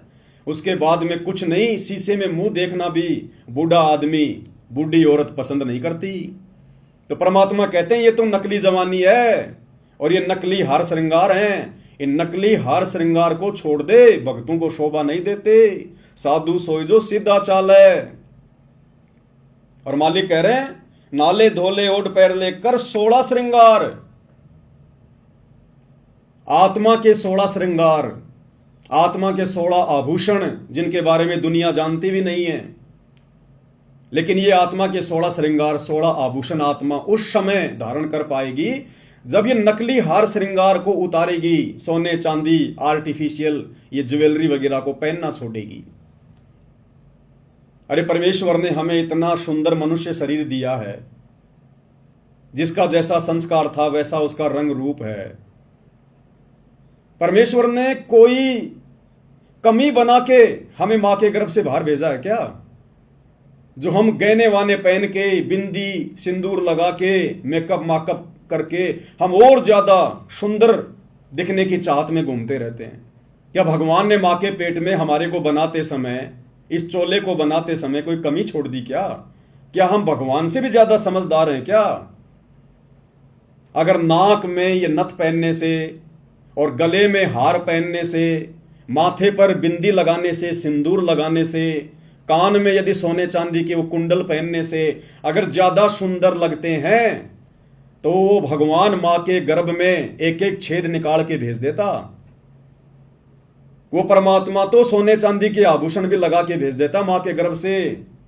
महाभारत के युद्ध में आपने उपकरण को तो देखा होगा, सोने का कवच था उसका, सोने का कवच, पैदाइशी सोने के कुंडल थे उसके, पैदाइशी। क्या परमात्मा आप और हमारे लगा के नहीं भेज सकता था? लेकिन हम बिना ज्ञान के, बिना आध्यात्मिक ज्ञान के, परमात्मा के द्वारा जो रचना की गई है स्त्री या पुरुष की मां के गर्भ में, हम उसमें छेड़खानी करते हैं। नाक में छेद निकलवा लिया, कान में निकलवा लिया, तरह तरह के आभूषण धारण कर लिए। ये परमेश्वर की बेइज्जती करना है कि आपको ढंग से मूर्ति बनानी नहीं आई मां के गर्भ में, आपने सुंदर बना के नहीं भेजा, सुंदर तो अब लगेंगे हम ये काल के नकली आभूषण पहन के। इसलिए आम समाज पहने तो पहने, जो लोग भक्तिहीन हैं, नकली भक्ति कर रहे हैं, जिनको भक्ति और भगवान की एबीसीडी का भी नहीं पता, वो तो जो मर्जी पहने, जो मर्जी खाएं, जो मर्जी करें, उनसे हमें कोई लेना देना नहीं। लेकिन जब ये आत्मा सतगुरु की शरण में आ जाती है, जैसे आज धरती पर एकमात्र सतगुरु रामपाल जी, इनकी शरण में आने के बाद फिर हमने नकली आभूषणों को त्यागना पड़ेगा। आत्मा को शब्द के माध्यम से चेता रहे गुरुदेव कि नहाले धोले ओढ़ पैर ले, कि सत्संग रूपी सरोवर में डुबकी लगा लगा के नहाले, मल मल के अपना मैल उतार ले। और कल 16 श्रृंगार, अब आत्मा के 16 श्रृंगार कौन से हैं जिनको धारण किए बिना हम अपने सतगुरु को प्यारे नहीं लगेंगे। जैसे आम समाज में स्त्री तरह तरह के श्रृंगार करती है, किस लिए? ताकि मैं अपने पति देव को सुंदर लगूं। इसी प्रकार आत्मा के 16 श्रृंगार भगत ने करने पड़ेंगे, जो 16 श्रृंगार हमें गुरुदेव ने दिए हैं, जो बताए हैं। ये सात संगति का लोगो जो इस लैपटॉप के पीछे लगा हुआ आप जी देख रहे हैं, पीले कलर का, और इस पुस्तक के पीछे भी ये लोगो लगा हुआ है। इस लोगो में 16 श्रृंगार लिखे हुए आत्मा के। और गुरुदेव ने कबीर सागर का सरलार्थ करते समय स्पष्ट रूप से लिख दिया कि जब तक आप मेरे से उपदेश लेकर इन तमाम आत्मा के श्रृंगारों को पूर्णतया अपने ऊपर धारण नहीं करोगे, आप मोक्ष प्राप्ति के योग्य नहीं हो सकते। तो कौन से 16 श्रृंगार हैं? मंत्री जी तो जानते भी नहीं उनके बारे में, जो गुरुदेव ने बताए। सबसे पहला, भक्ति कर निज जीव उबारे, यानी सतगुरु से नाम दीक्षा लेकर ज्ञान को आधार बनाकर भगत का एक ही टारगेट होना चाहिए कि किस प्रकार से मेरा आत्म कल्याण हो, मेरे जीव का कल्याण हो, मैं 84 लाख योनियों में जाने से बचूं। सबसे पहला आभूषण भगत की ये सोच होनी चाहिए, भगत का ये टारगेट होना चाहिए कि भक्ति कर निज जीव उबारे।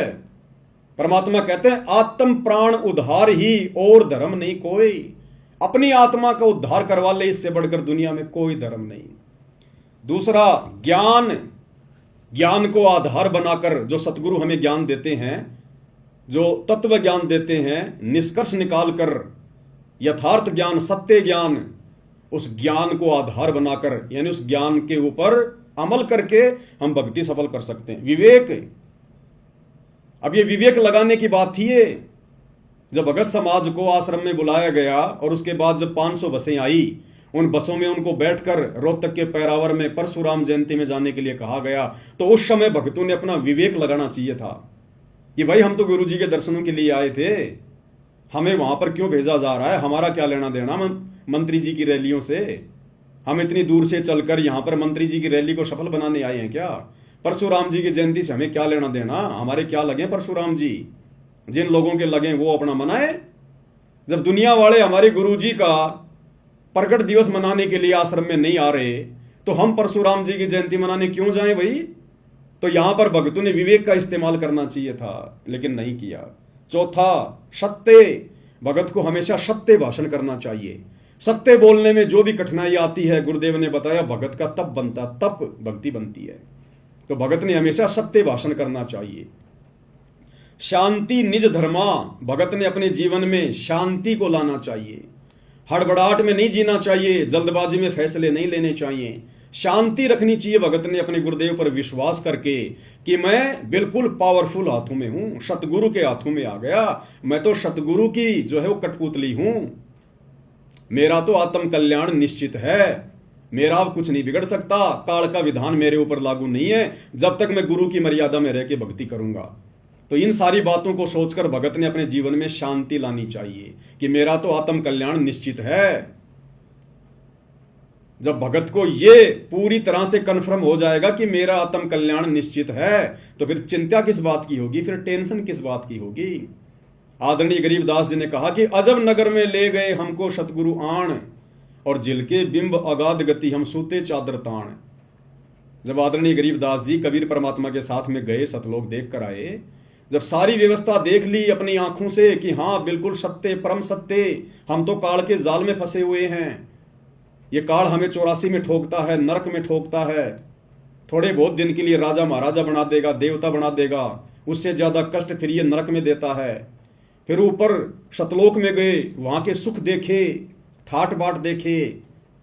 उसके बाद उनको कन्फर्म हो गया कि जिलके बिंब अगाध गति, हम सूते चादर ताण, कि अब हमें कोई चिंता नहीं है, हमारा आत्म कल्याण तो निश्चित है।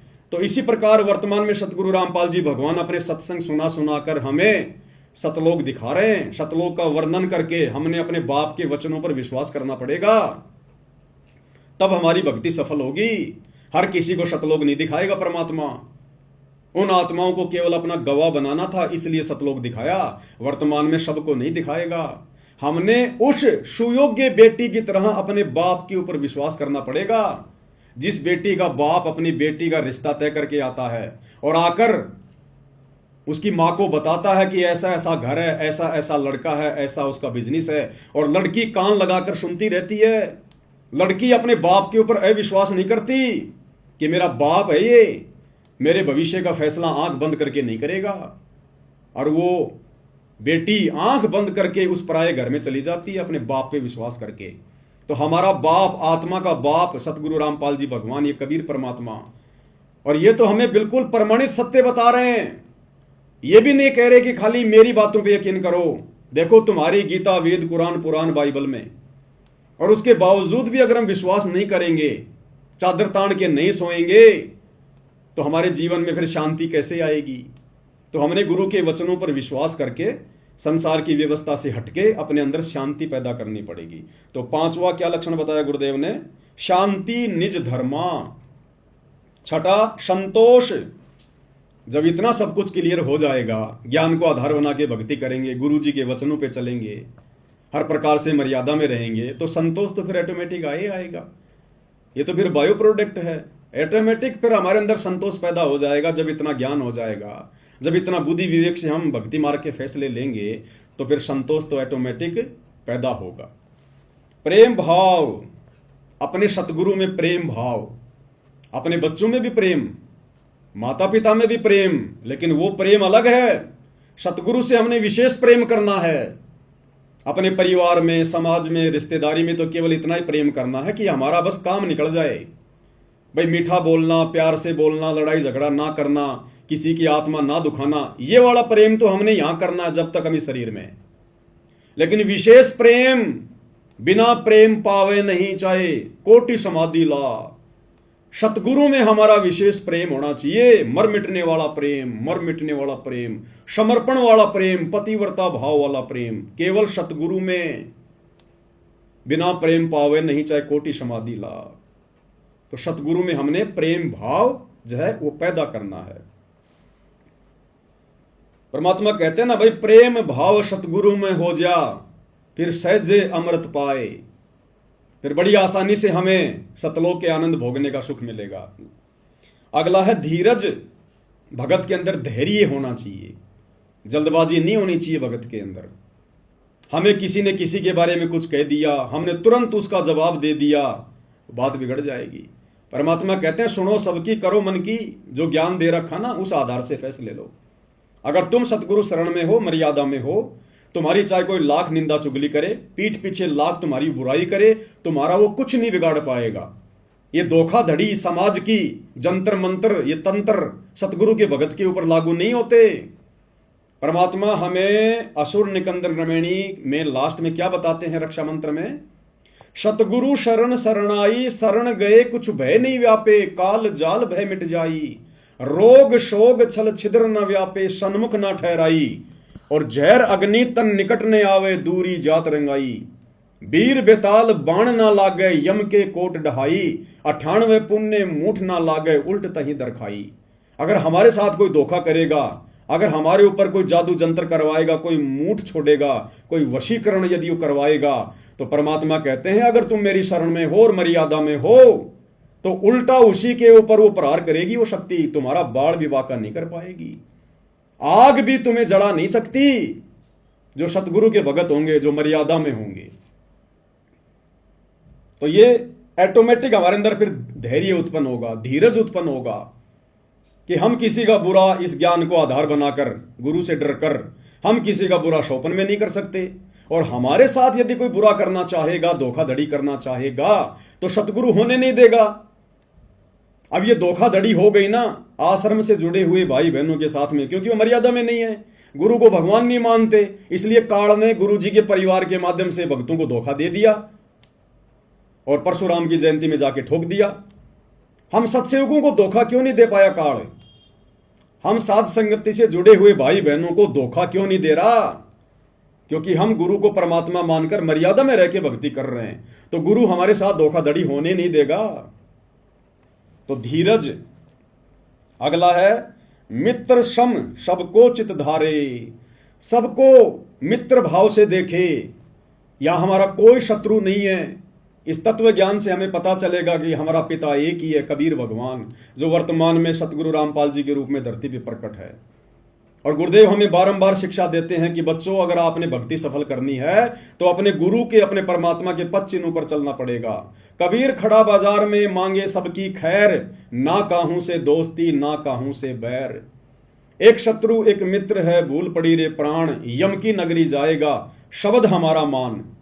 तो गुरुदेव भगवान कह रहे हैं कि बच्चों, अगर तुमने भक्ति पर सफलता प्राप्त करनी है तो अपने गुरु के पद चिन्हों पर चलना पड़ेगा। यहां हमने ना किसी से विशेष कोई मित्रता रखनी है। अगर भगत ने यहां पर किसी के साथ विशेष मित्रता रखी तो परमात्मा कहते हैं कि काल उसको त्रिकुटी पर ठगेगा, उस मित्र के रूप में ठग लेगा उसको। और किसी से बैर भाव तो हमने रखना ही नहीं, यहां पर शत्रु भाव तो रखना ही नहीं। शत्रु भाव रखेंगे तो हमारी आत्मा पाक साफ नहीं हो पाएगी, निर्मल नहीं हो पाएगी, फिर भी हम काल के जाल में रह जाएंगे। तो ना हमारा यहां कोई मित्र है, ना हमारा यहां कोई शत्रु है। हमारा एक ही मित्र है, हमारा गुरु, हमारा सतगुरु। तमेव माता च पिता तमेव, तमेव बंधु च सखा तमेव, और तमेव विद्या च द्रविणम तमेव, तमेव सर्व मम देव देव। हमारा केवल एक ही है, सतगुरु, बाकी हम यहां पर लावारिश हैं। तो मित्र सम सबको चित धारे, ये भी भगत के अंदर लक्षण होना चाहिए। ये आत्मा के श्रृंगारों की बात हो रही है। अगला है त्याग। एक भगत के अंदर मोक्ष प्राप्ति के लिए त्याग की भावना होनी चाहिए। अपने सतगुरु के चरणों में सब कुछ समर्पण करने की, त्याग करने की भावना होनी चाहिए। हमें रिहर्सल करनी है जीवित मर के। जीवित मरने का मतलब है हमने यहां किसी भी चीज में कोई विशेष इच्छा जाहिर नहीं करनी। दूसरों की देखा देखी हमने अपने मन को अशांत नहीं करना, विचलित नहीं करना। अगर कल गुरुजी आ गए विमान लेके कि बेटा चल सतलोक, क्या हम सब कुछ त्यागने को तैयार हैं? क्या हमें इस कदर ज्ञान हो चुका है कि हम इस काल की नश्वर संपत्ति को अपना नहीं मान रहे? हम एक पल में सब कुछ छोड़ने को तैयार हैं या नहीं है? तो हमने रिहर्सल करनी है ये गुरु के सत्संग सुनकर, ज्ञान को आधार बनाकर, साध संगति के माध्यम से, कि ना जाने मेरा लेने वाला, मेरा लणीहार वो कब आ जाए और मुझे उसके साथ में चलना पड़ जाए। जब लड़की का लणीहार आ जाता है उसको लेने के लिए, और वो लड़की सब कुछ छोड़ छाड़ देती है 2 मिनट में, लेके अपना बक्सा और अपने पति के साथ में चल पड़ती है। जिस माँ बाप ने उस लड़की को 20 साल तक पाला पोसा, उसकी जरूरतों को पूरा किया, अब उस लड़की का विशेष प्रेम अपने पति में बन गया। पति में, उस पति के लिए अपने माँ बाप के घर को भी छोड़ देगी, अपने सास ससुर को भी छोड़ देगी। जब न्यारे होते हैं, 2 भाई अलग अलग होते हैं, तो 2 मिनट में वो लड़की सबको छोड़ छाड़ के और अपने पति की तरफ जाके खड़ी हो जाती है। तो इस काल लोक को जो गुरुदेव ने दिखा दिया, बता दिया, ये खोकापुर झूठा लोक, हर चीज नश्वर, ये नष्ट होता है। असंख्यों बार यहां पर महाप्रलय हो चुकी है, सब कुछ नष्ट हो जाता है, मिट्टी मिट्टी हो जाता है। फिर यहां हमारा है क्या? तो गुरुदेव कह रहे हैं आपके अंदर इतनी त्याग की भावना होनी चाहिए, इतनी प्रबल, कि मेरे गुरु के एक इशारे पर सब कुछ छोड़ छाड़ के, आत्मा से छोड़ना पड़ेगा, शरीर से नहीं। शरीर से तो सबका ही छूटता है मरने के बाद में। जिसने जीवित मरने की रिहर्सल कर ली, जिसने ज्ञान को आधार बना के कि यहां मेरा कुछ नहीं है, ये 21 ब्रह्मांड तो मेरे बाप ने, सतगुरु रामपाल जी भगवान ने काल को भीख में दिए उसकी तपस्या के बदले। अगर इसी 21 ब्रह्मांड की संपत्ति पर भी यदि किसी का अधिकार है तो काल का अधिकार है, मेरा नहीं है। ये मेरा देश नहीं है, मेरा घर नहीं है। होले सुहागण सुरता त्यार, मालिक घर जाना है तेरा सुन शिखर बरतार। हमारा पति ये काल नहीं है, हमारा पति कबीर साहब है, जो वर्तमान में सतगुरु रामपाल जी के रूप में हमें लेने के लिए आए हुए हैं। तो परमेश्वर कह रहे हैं भगत के अंदर त्याग की भावना भी होनी चाहिए, वैराग, हमारे अंदर वैराग उत्पन्न होना चाहिए, हमारी आंखों से आंसू निकलने चाहिए सतगुरु को याद करके, काल के दुखों को याद करके, सतलोक के सुखों को याद करके। हमारे अंदर वैराग्य उत्पन्न होना चाहिए अपने गुरु जी के प्रति, अपने महबूब के प्रति, कि परमेश्वर आपने कैसे दया बख्शी, अनंत युगों से परमात्मा आप हम नीचों के पीछे भटक रहे हो, हमारे लिए इस गंदे लोक में आकर, जिस लोक की तरफ सतलोक जाने के बाद कोई देखना भी पसंद नहीं करता, आप इस गंदे लोक में आते हो, यहां रहते हो, एक पूरा जीवन लीला करते हो, ये परमेश्वर हम नीचों के लिए। तो इन सब बातों को विचार करके अपने गुरु जी के प्रति प्रेम उमड़ना चाहिए, वैराग्य होना चाहिए। निष्कर्मा, भगत ने कोई भी कार्य निष्क्रम भाव से करना चाहिए। लोभ, लालच, छल, कपट, राग, द्वेष भगत के नजदीक भी नहीं होना चाहिए। गुरुदेव भगवान सत्संगों में समझाते हैं, मैं पवन दास कोई उपदेश नहीं दे रहा, मैं भी आपकी तरह दो कोटि का जीव हूं, मालिक का विधान आपको बता रहा हूं, ये मेरे ऊपर भी लागू है, सब पे लागू है ये। निष्कर्मा और भक्ति हमने निष्कर्म भाव से करनी है। इस भक्ति के प्रतिफल में हमने कोई सांसारिक डिमांड अपने गुरु से नहीं करनी, कोई इच्छा अपने मन में नहीं करनी। दंडवत करते समय, आरती करते समय, मंत्र जाप करते समय, हमारा बाप, हमारा गुरु अंतर्यामी है, उन्हें सब पता है हमें कब किस चीज की आवश्यकता है। और ये सावलसा सेठ है, सर्वशक्तिमान है, फिर भला इनसे मांगने की जरूरत क्या है। अगर हम मर्यादा में रह के भक्ति करेंगे, अगर भक्ति सही प्रकार से करेंगे, तो गुरु हमें किसी चीज के अभाव में रहने नहीं देगा। गुरुदेव ने हमें बताया कि बच्चों तुम्हें तो मांगना भी नहीं आता, क्या मांगना चाहिए अपने गुरुदेव भगवान से? भक्ति दान मोहे दीजियो देवन के देवा हो, भक्ति दान गुरु दीजियो देवन के देवा हो, जन्म पाया भूलों नहीं करहूं पद सेवा हो। गुरुदेव ने बताया कि तुमने केवल भक्ति मांगनी चाहिए अपने गुरु से, अपने भगवान से, केवल भक्ति। भक्ति में सब कुछ आ गया। गुरुदेव ने एक उदाहरण दिया, एक पिता ने अपने बेटी की शादी कर दी, कुछ समय के बाद में बेटी और उसकी सास का आपस में झगड़ा रहने लगा। तो सास ने अपनी पुत्र वधू के बाप को बुलाया। उसने कहा जी क्यों बुलाया, क्या बात है? बोला जी आपकी जो लड़की है ना इसको ले जाओ आप। बोला जी क्यों, कोई बात भी होगी? बोला जी ये किसी चीज को छोड़ती नहीं है, ये किसी चीज को नहीं छोड़ती है।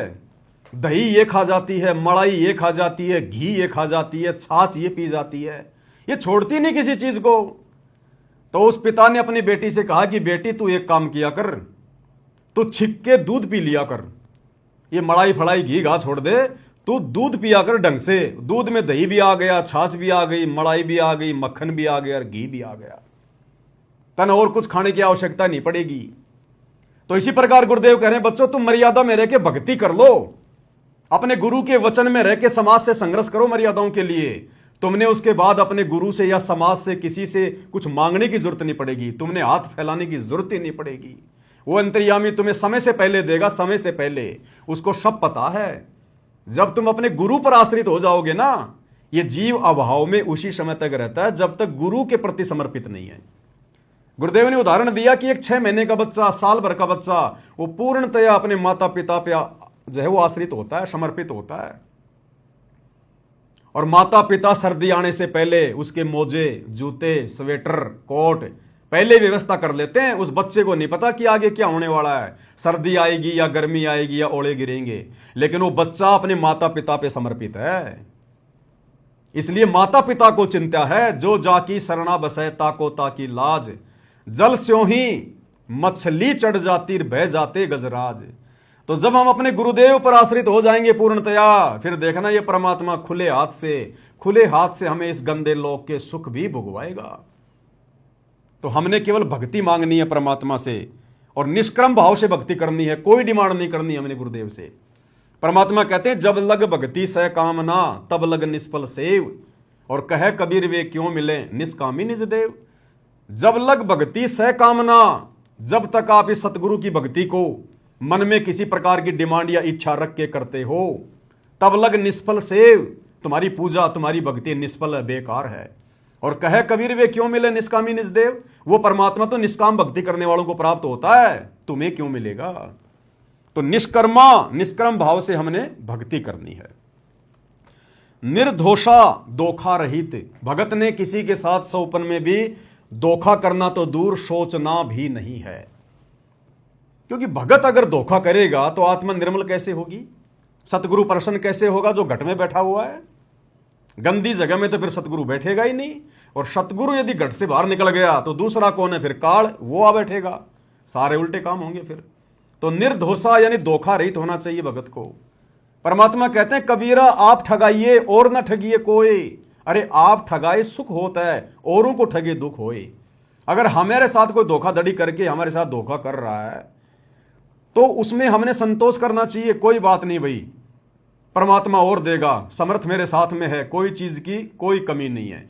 लेकिन हमारे मन में दूसरों के साथ में ठगी करने का अगर विचार भी आ गया, धोखा करना ठगी करना तो बहुत दूर की बात है।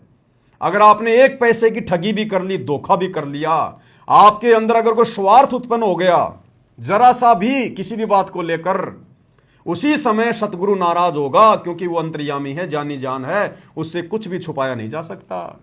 कबीर अंतर्यामी एक तुम आत्म के आधार, और जो तुम छोड़ो हाथ तो मैं कौन उतारे पार। तो भगत ने धोखा रहित सील मानी शांत स्वभाव वाला होना चाहिए भगत, शांत स्वभाव वाला। अगर नुकसान हो गया तो परमात्मा कहते हैं बेटा तेरा क्या नुकसान हो गया, तेरा क्या नुकसान हो गया। पहली बात तो तेरे पास है ही क्या जिसका तू दुख मना रहा है, शोक मना रहा है। इतना तुझे ज्ञान दे दिया, तेरा कुछ है नहीं, जो भी कुछ है ये काल का है। तू तो होटल में किराएदार है, तेरा क्या बिगड़ गया, तेरा क्या टूट गया। कल को तू मरेगा, सब कुछ यहीं छोड़ के जाएगा। आज तेरे पास है क्या, करोड़ों बार तू राजा रह चुका, जब वो छोड़ छाड़ के चला गया तो आज तो तेरे पास है ही क्या। तो परमेश्वर कह रहे हैं कि भगत ने शीलता धारण करनी चाहिए, संतोष करना चाहिए भगत ने गुरु ज्ञान आधार से, कि ये सांसारिक वैभव की वस्तुएं ना जाने मैंने कितने जन्मों में प्राप्त करी, राजा बन के, मंत्री बन के, प्रधानमंत्री बन के, और एक्सीडेंट में मर जाते हैं, सारा राजपाट यहीं रह जाता। क्या लेके गया हो, क्या था अपना। क्षमा भगत के अंदर विशेष गुण होना चाहिए, क्षमा, माफ करना, सामने वाले को माफ करना, ये परमेश्वर ने विशेष गुण बताया भगत का।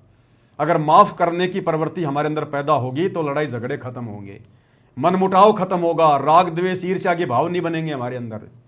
तो भगत ने हर स्थिति में सामने वाले को, यदि हमारे साथ में कोई गलत बर्ताव करता है, गलत व्यवहार करता है, गाली निकालता है, बेवजह हमारे ऊपर कोई आरोप लगाता है, परेशान करता है, तो अपने आप को सतगुरु की शरण में, सतगुरु की गोद में बैठा हुआ समझकर हमारे अंदर क्षमा भाव उत्पन्न होना चाहिए कि कोई बात नहीं, मेरे साथ में क्या धोखा करेगा ये, मैं तो खुद ही काल के धोखे का शिकार हूं, मेरे साथ में क्या धोखा करेगा, मेरा तो सतगुरु साक्षी है भाई, मेरा तो सतगुरु सब कुछ है। तो क्षमा भाव होना चाहिए। दया, अब दया बिना दरवेश कसाई, दरवेश यानी साधु, जिस भगत के हृदय में दया भाव नहीं है वो तो कसाई के समान है। तो परमेश्वर ने बताया कि दया भाव भी होना चाहिए।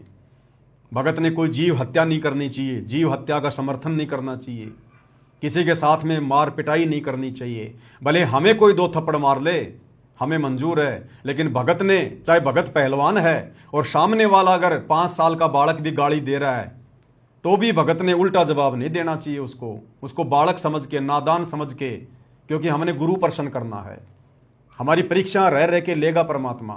तो भगत के अंदर दया भाव भी होना चाहिए। तो ये 16 आभूषण बताए परमेश्वर ने इस शब्द में कि नाले धोले ओढ़ पैर ले कर 16 श्रृंगार, और आज नहीं तो तड़के परस्यों आवेंगे तेरे लणियार, होले सुहागण सुरता त्यार मालिक घर जाना है। अब मंत्री जी ने तो 2 लाइन बोल के छोड़ दिया और कह रहे हैं कि आप इसकी गहराई में जाओ, शब्द क्या कह रहा है। अब मंत्री जी को पता हो तब समझ आए ना। अगली लाइन में क्या कहा परमेश्वर ने, नाले धोले ओढ़ पैर लेकर 16 श्रृंगार, नाले धोले ओढ़ पैर लेकर 16 श्रृंगार, आज नहीं तो तड़के परस्यों आवेंगे तेरे लैनी यार, मालिक घर जाना है तू तो होले सुहागण सुरता त्यार, मालिक घर जाना है तेरा सुन शिखर भर तार, मालिक घर जाना है। क्या कह रहे हैं? आज नहीं तो तड़के परस्यों आवेंगे तेरे लणिहार। परमेश्वर कह रहे हैं समय रहते सत्संग रूपी सरोवर में नाले, मलमल के आत्मा के पाप कर्म धोले, आत्मा को 16 श्रृंगारों से सुसज्जित करके सतगुरु को प्रसन्न कर ले। अगर तूने ये काम समय रहते नहीं किया तो आज नहीं तो तड़के परस्यों आवेंगे तेरे लेवनहार। वो यम के दूत आएंगे फिर हाथों में लेके लठ, तेरे शरीर से आत्मा निकालने के लिए। वो तेरे लणियार हैं, वो फिर तुझे लेने आएंगे, मार मार के लेके जाएंगे तांबे की धरती पे, गरम गरम धरती पे तेरे को पैदल लेके जाएंगे सोट मारते हुए। पानी मांगेगा तेरे लठ मारेंगे, भोजन मांगेगा तेरे लठ मारेंगे। तो कहते हैं या तो समय रहते सतगुरु की शरण में आकर भक्ति कर ले, ये गंदी राजनीति छोड़ दे, भक्ति का पाठ पढ़ ले, सतगुरु को प्रसन्न कर ले, अन्यथा वो यम के दूत तैयार खड़े हैं, तैयार तेरी दुर्गति करके लेके जाएंगे, दुर्गति करके। अगली लाइन में क्या बताया परमेश्वर ने? तेरे साथ की ये कितनी जाली, तू क्यों लारी वार। तेरे साथ की ये कितनी जाली, तू क्यों लारी वार।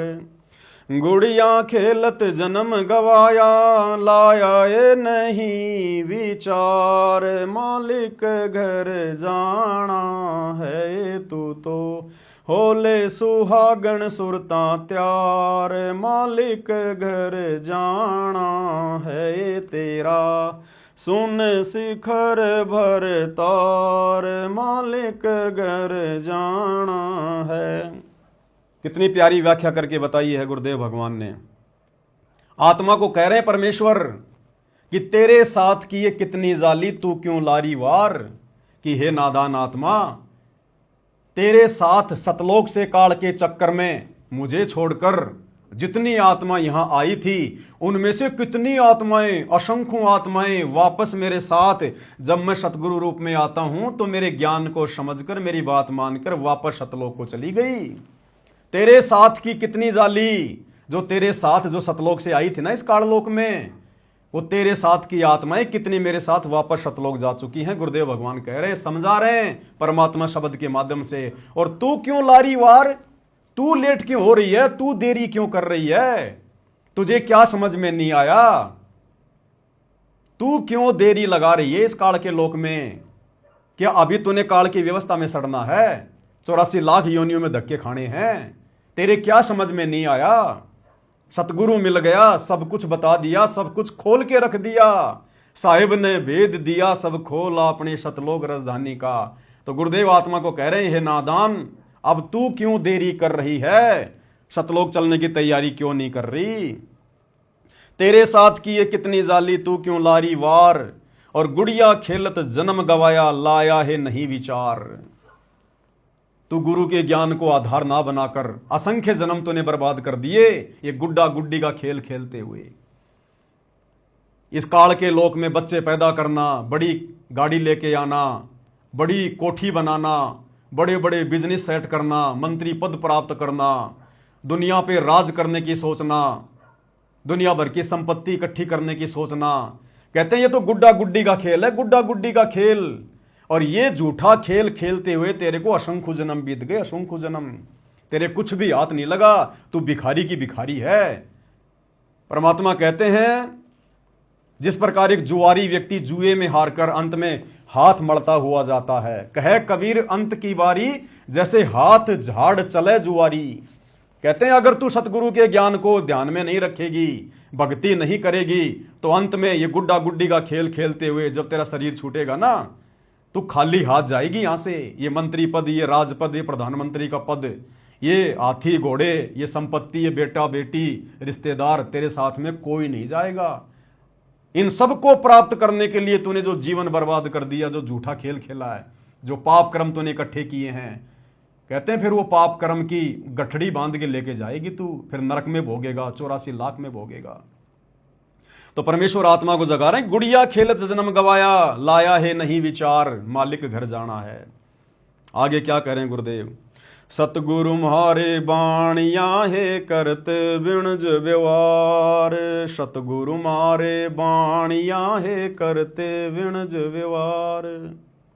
बिन डांडी बिन पालड़े है तोले दिया संसार। मालिक घर जाना है तू तो होले सुहागण सुरता त्यार। मालिक घर जाना है तेरा सुन शिखर भर तार। मालिक घर जाना है।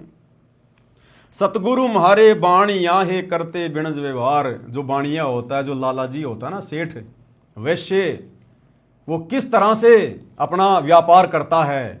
वो ठगी का काम नहीं करता, एक एक पैसे का हिसाब रखता है। तो कहते हैं हमें जो सतगुरु मिल गए ना, वो बाणिये की तरह हैं और भक्ति रूपी ये बिणज कर रहे हैं। भक्ति का सौदा करने आए सतगुरु। भक्ति मुक्ति के दाता सतगुरु भटकत प्राण फिरंदा। उस साहिब के हुक्म बिना नहीं तरवर पात फिलंदा। तो हमारे सतगुरुदेव ने, हमारे भगवान ने आज ये भक्ति रूपी सौदा बिल्कुल खरा खरा कर दिया। खरा खरा सारे धर्म शास्त्रों का निष्कर्ष निकाल के रख दिया, निचोड़ निकाल के रख दिया। हर धर्म के मानने वाले के धर्म शास्त्रों का खरा खरा सौदा कर दिया। सतगुरु म्हारे बाणिया हे करते बिणज व्यवहार। तो ये भक्ति रूपी व्यापार परमेश्वर ने बिल्कुल ऐसा कर दिया है कि 9 मन सूत उलझिया ऋषि रहे जकमार। और सतगुरु ने ऐसा सुलझा दिया, अब उलझे न दूजी बार। जो भक्ति मार्ग के उलझे हुए रहस्यों को धर्मशास्त्रों से सतगुरु रामपाल जी ने सत्संग कर करके सुलझा दिए, सत्संग बना बना के छोड़ दिए। इस कलयुग में नहीं उलझेगा। हाँ, अगर किसी की नीयत नहीं है भक्ति करने की, पार होने की, वो बात अलग है। बाकी सतगुरु ने कोई कमी नहीं छोड़ी भक्ति रूपी व्यापार करने में। हर चीज को बिल्कुल क्लियर आईने की तरह कर दिया कि भैया तुमने देख लो, अब ये तो है काल, ये है 21 ब्रह्मांड, ये है नकली लोक, और तुम सतलोक में रहा करते थे। सृष्टि रचना के माध्यम से बता दिया तुम क्या सुख भोगा करते थे और कैसे तुम काल के साथ नीचे आए, कैसे आज तुम्हारी दुर्गति हो रही है। एक जन्म में तुम्हारे को इंसान बना दिया, स्त्री या पुरुष। तुम सारे दुखों को भूल जाते हो, गधे कुत्ते सुअर वालों को, हैं, मगन हो जाते हो तुम। जब सतगुरु आता है तो तुम सुनते नहीं, फिर अगले जन्म में गधे कुत्ते बन के फिर तुम रोते हो। फिर तुम्हारा बाप तुम्हारे लिए बार बार यहाँ आता है, भटकता है, तुम्हारे दुख में वो स्वयं भी दुखी होता है। तो परमेश्वर कहते हैं कि मैंने तो सब कुछ निष्कर्ष निकाल के दे दिया, अब तेरी इच्छा, तुझे काल की व्यवस्था में सड़ना है या मेरे साथ में सतलोक चलना है।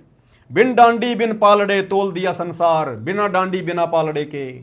बढ़िया तो डांडी और पालड़े से तोलता है, गुरुदेव ने तो बिना डांडी और पालड़े के अपने आध्यात्मिक ज्ञान से, अपने तत्व ज्ञान से नीर खीर का निवेरा कर दिया गुरुदेव ने। तो कहते हैं सतगुरु मारे बाणिया हे करते बिणज व्यवहार।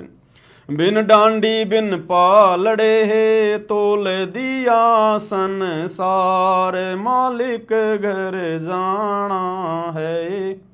ब्रह्मा विष्णु महेश की क्या स्थिति है, देवी देवताओं की क्या स्थिति है।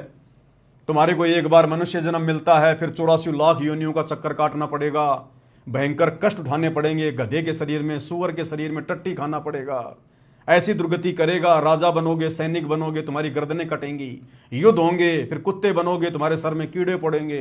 तो गुरुदेव ने बिन डांडी बिन पालड़े के पूरा अध्यात्म बिल्कुल क्लियर कर दिया। लास्ट में क्या कह रहे हैं गुरुदेव भगवान, सुन सिकर में सेज पिया की हंस हंस कर ले प्यार। सुन सिकर में सेज पिया की हंस हंस कर ले प्यार। कहें कबीर सुनो मेरी सजनी, लूटो न अजब बहार। मालिक घर जाना है तू तो होले सुहागण सुरता त्यार। मालिक घर जाना है तेरा सुन शिखर भर तार। मालिक घर जाना है। सुन शिखर में सेज पिया की। सुन शिखर सबसे ऊपर, टॉप मोस्ट, पहले सतलोक। कहते हैं वहां पर तेरे पिया की, तेरे गुरु की, तेरे भगवान की सेज है, उसका सिंहासन है वहां पर। और हंस हंस कर ले प्यार। अपने गुरुदेव के लाड़ लड़ा वहां पर, जितना मर्जी सुख भोग, जितने मर्जी दर्शन कर, तू वहां स्वतंत्र है। वहां कोई पढ़ाई नहीं, कोई लिखाई नहीं, कोई काम धंधा नहीं, कोई रोग नहीं, कोई बीमारी नहीं, कोई छल कपट नहीं, कोई वहां पर कोई गरीबी नहीं, कोई दारिद्रता नहीं, कोई लड़ाई झगड़ा करने वाला नहीं, कोई मुकदमाबाजी करने वाला नहीं, शरीर में रोग नहीं, अखंड सुख है वहां पर। ना ये शरीर वहां बूढ़ा होता, ना वहां पर मृत्यु होती। केवल एक बार जन्म होगा आत्मा का सतगुरु की शब्द शक्ति से, उसके बाद ये आत्मा युवा अवस्था में आ जाएगी, फिर सदा युवा ही रहेगी। ना वो आत्मा कभी मरेगी, ना आत्मा का विनाश होगा, और ना ऊपर के चारों लोकों का कभी विनाश होगा। तो परमेश्वर कहते हैं कि सुन शिखर में सेज पिया की हंस कर ले प्यार, और कहे कबीर सुनो मेरी सजनी, लूटो न अजब बहार, मालिक घर जाना है। कहे कबीर सुनो मेरी सजनी, यानी हम आत्मा है, वो हमारा बाप, हमारा परमात्मा है, वो हमारा सजना है, हम उसकी सजनी हैं, वो हमारा महबूब है, हम उसकी प्रियतमा हैं। आत्मा और परमात्मा का अभेद संबंध है। तो परमेश्वर प्यार में, लाड़ में कह रहे हैं, कहे कबीर सुनो मेरी सजनी, है मेरी प्यारी आत्मा, लूटो न अजब बहार, अजब बहार। जो सुख यहां तुम्हें महासुरग में भी देखने को नहीं मिलेंगे, छींट भी नहीं है, वो सुख तुम्हें, अखंड सुख तुम्हें सतलोक में मिलेंगे वहां पर। तो कहते हैं चलो निकलो इस गंदे लोक से। तो इस शब्द के माध्यम से परमेश्वर कबीर जी ने हमें यह समझाना चाहा, हमें यह संदेश देना चाहा। अब इस शब्द की गहराई को यदि कोई मंत्री जी समझ जाए तो क्या वो ये राजपद स्वीकार करेगा क्या, जिस राजपद में निरेक जो है वो कर्म फोड़ने के अलावा दूसरा कुछ भी नहीं है। कितनी झूठ बोलनी पड़ती है, कितने झूठे वादे इरादे करने पड़ते हैं, सारा दिन टेंशन में, और मिलता अंत में कुछ नहीं भैया, मिलता अंत में कुछ नहीं है। 10 15 20 साल राज कर लो, उसके बाद क्या करोगे, खुद के बच्चों से सेवा कराने के काबिल भी नहीं रहोगे बिना भक्ति के। ये दुर्गति होगी फिर अंत में। पार्कों में अकेले बैठे रहोगे, कोई तुम्हें नमस्ते करने वाला भी नहीं मिलेगा। और शरीर इस तरह से घेर लेता है इन मंत्रियों के शरीरों को। भारत देश का इतिहास उठा के देख लो, जितने भी प्रधानमंत्री हुए हैं किसी न किसी रोग से मरे हैं, एक्सीडेंट में मरे हैं, अकाल मृत्यु हुई है। बिना सत भक्ति के आज हमारे भारत देश के इतिहास में जितने भी संत महात्मा हुए हैं, बड़े बड़े ऋषि मुनि हुए हैं, आज इतिहास उठा के देख लो, सबकी दुर्गति से मौत हुई है, सबकी दुर्गति से। दास इसके ऊपर पहले वीडियो बना चुका है। केवल संत भगत, सच्चे सतगुरु की सच्ची भक्ति करने वाले, नरसिंह भगत को देख लो, धना भगत को देख लो, धर्मदास जी को देख लो, गरीबदास जी को देख लो, नानक जी को देख लो। परमेश्वर ने उनका ऐसे शरीर छुड़वाया जैसे पका हुआ आम जरा सी हवा लगते नीचे गिर जाता है। उनको कष्ट नहीं उठाना पड़ता, हाय हाय नहीं करनी पड़ती। भगत का शरीर हॉस्पिटल में हाय हाय करके नहीं छूटता। भगत कभी एक्सीडेंट में नहीं मरता, अकाल मृत्यु नहीं होती। सतगुरु की सच्ची भक्ति करने वाला। तो मंत्री जी को अगर ये शब्द समझ में आ जाता तो मंत्री जी कब का इस्तीफा देकर सतगुरु रामपाल जी से उपदेश लेकर अपनी भक्ति कर रहे होते आज। तो भाई और बहनों, ये सारी बातें तो आज गुरुदेव भगवान ने आप और हमें समझाई है। तो आगे वीडियो में बढ़ते हैं। अब मंत्री जी आगे क्या कुछ कह रहे हैं, क्या कुछ समझा रहे हैं। सतलोक आश्रम से जुड़े हुए भाई बहनों को समझना चाहिए, विचार करना चाहिए, किस प्रकार से धोखा इस काल ने तुम्हारे साथ गुरु जी के बेटों को निमित्त बनाकर राजनेताओं की रैलियों को सफल बनवा के किया है। क्या कह रहे हैं आगे मंत्री जी। और मैं तो हजारों सभाओं में, मैं सत्संग में तो मैं अपने इलेक्शन में तो बोलता ही सत साहेब था। क्या कह रहे हैं मंत्री जी कि हजारों सभाओं में, मेरी हर मीटिंग में, मेरी हर सभा में मैं तो बोलता ही सत साहिब हूं, क्योंकि मैं तो कबीर पंथी हूं, मेरे बाप दादा जो है कबीर पंथ से जुड़े हुए थे। मैं तो बोलता ही सत साहिब हूं। क्योंकि बहुत सारे लोगों ने यह ऑब्जेक्शन उठा दिया कि आपने सत साहिब इसलिए बोला है कि आपकी रैली में संत रामपाल जी के भगत आए थे।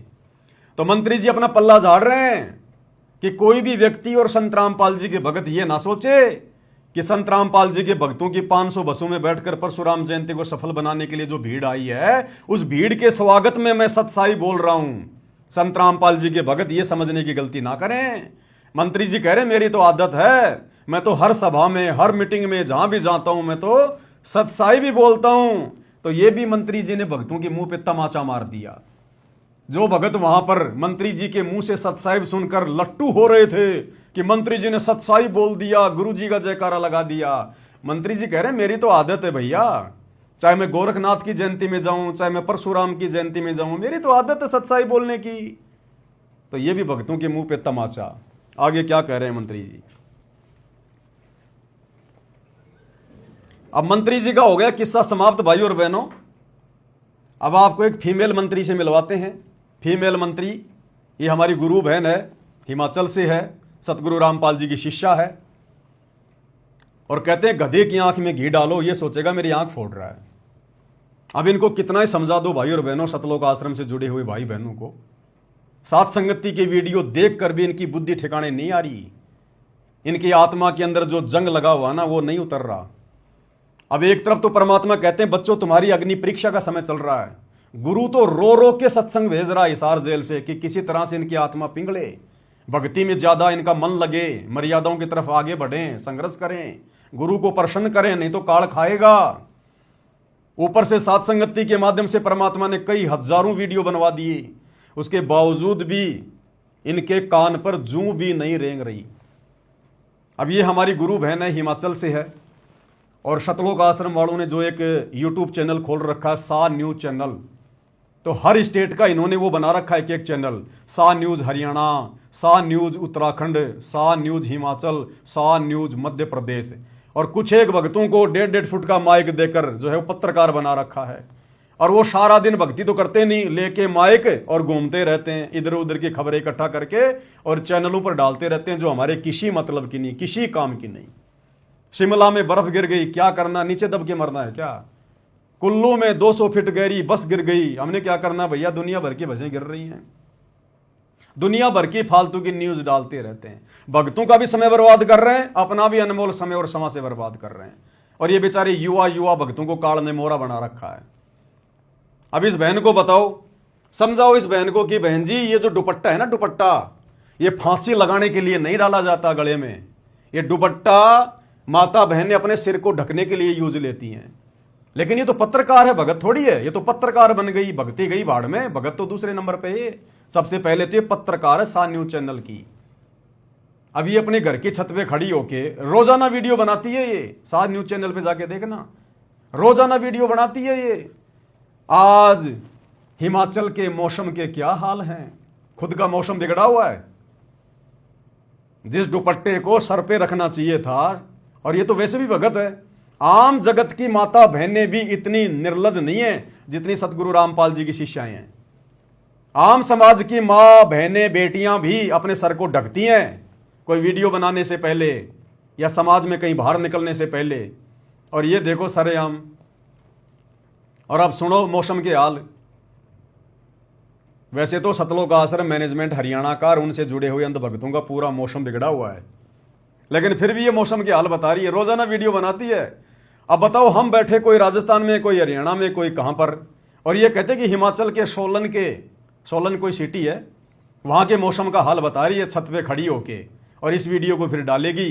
फिर ये सतलोक आश्रम वाले भगत इस वीडियो को देखेंगे और नीचे फिर वो कमेंट्स पढ़ना उन भक्तों के, आश्रम से जुड़े भक्तों के, वेरी नाइस रिपोर्टिंग, वाह बहन जी वाह, very nice, your look very nice, यानी तुम बहुत सुंदर दिखाई दे रही हो, अपनी बहन को कह रहे हैं। और कह रहे हैं तू जो ये वीडियो बना रही है ना, मौसम का हालचाल हमें बता रही है, कहते हैं वेरी नाइस रिपोर्टिंग, वाह मजा आ गया, क्या बताया आपने। और ये आगे से आगे उमंग में भरती जा रही है कि भगत मेरी तारीफ कर रहे हैं, मेरी प्रशंसा कर रहे हैं। ये नहीं पता काल तुम्हारा मौसम बिगाड़ रहा है। क्या कह रही है बहन जी, सुन लीजिएगा। ऐसे न्यूज हिमाचल प्रदेश देख रहे तमाम दर्शकों को मेरा नमस्कार। मैं दीपशिखा हाजिर हूं आप सभी के सामने। दर्शकों, आप सभी को बताएंगे कि आज और आने वाले आगामी दिनों में मौसम किस प्रकार से बना रहेगा। अच्छा। सुबह के बज चुके हैं 7 और हम आपके साथ लाइव जुड़े हैं सोलन शहर से। अगर बात करें कल की मौसम की, तो कल का मौसम पूरी तरह से साफ था, लेकिन जो आज का मौसम है, आज सुबह बहुत तेज वर्षा हुई है। अगर आप करें इस समय जो सोलन शहर की जो ताजा तस्वीरें हैं वो हम आपको दिखाते हैं। जो सोलन शहर का जो ताजा मौसम है वो इस प्रकार से बना हुआ है। कैसे? जो आसमान में है वो बादल गरज रहे हैं। अच्छा। आप देख सकते हो सोलन शहर की ये ताजा तस्वीरें। अच्छा। मौसम इसी प्रकार से अपना रुख कल से बदल रहा है। अच्छा। आप देख सकते हो कि मेघ गर्जन हो रहे हैं। अच्छा। और जो धीमी धीमी हल्की सी फुहारे। बारिश भी लगना शुरू हो चुकी हो है। चुकी है, अच्छा। चारों तरफ बादल छाए हुए हैं। अच्छा। साथ ही में आप देख सकते हो कि दिखाओ दिखाओ। धीमी सी धूप भी आ रही है। अच्छा। लेकिन अगर सुबह की बात करें तो हाँ। सुबह बहुत तेज वर्षा सोलन शहर में हुई है। हो। दर्शकों, जिस प्रकार हिमाचल प्रदेश में हाँ। आजकल मौसम का दौर चला हुआ है, जी। मई का जो पूरा महीना है वो हाँ। बारिश में निकल गया है। हो। मई का पूरा महीना बारिश में निकल गया, बताओ। पूरा महीना बारिश में निकल गया मई का। तो सुना आपने सतलोक आश्रम से जुड़े हुए भाई बहनों की रिपोर्टिंग। ये कर रहे हैं, ये भक्ति नहीं कर रहे। इनके खुद का भक्ति वाला मौसम बिगड़ा हुआ है और दुनिया को सोलन के मौसम की जानकारी दे रही है। अरे क्या करना हमने यार। अरे हम भक्तों ने क्या लेना देना इस मौसम का। ये तो ऐसे चलता रहता है, सृष्टि का नियम है।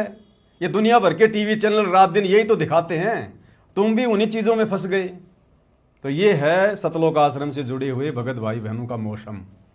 अब बताओ भाई और बहनों, भक्ति कहां है? कहां है भक्ति? फालतू के वीडियो, दुनिया भर की बकवाद। कितने भक्तों का समय बर्बाद होगा, कितने भक्तों की सांसें बर्बाद होंगी इन फालतू की वीडियो को देख के, और मिलेगा क्या?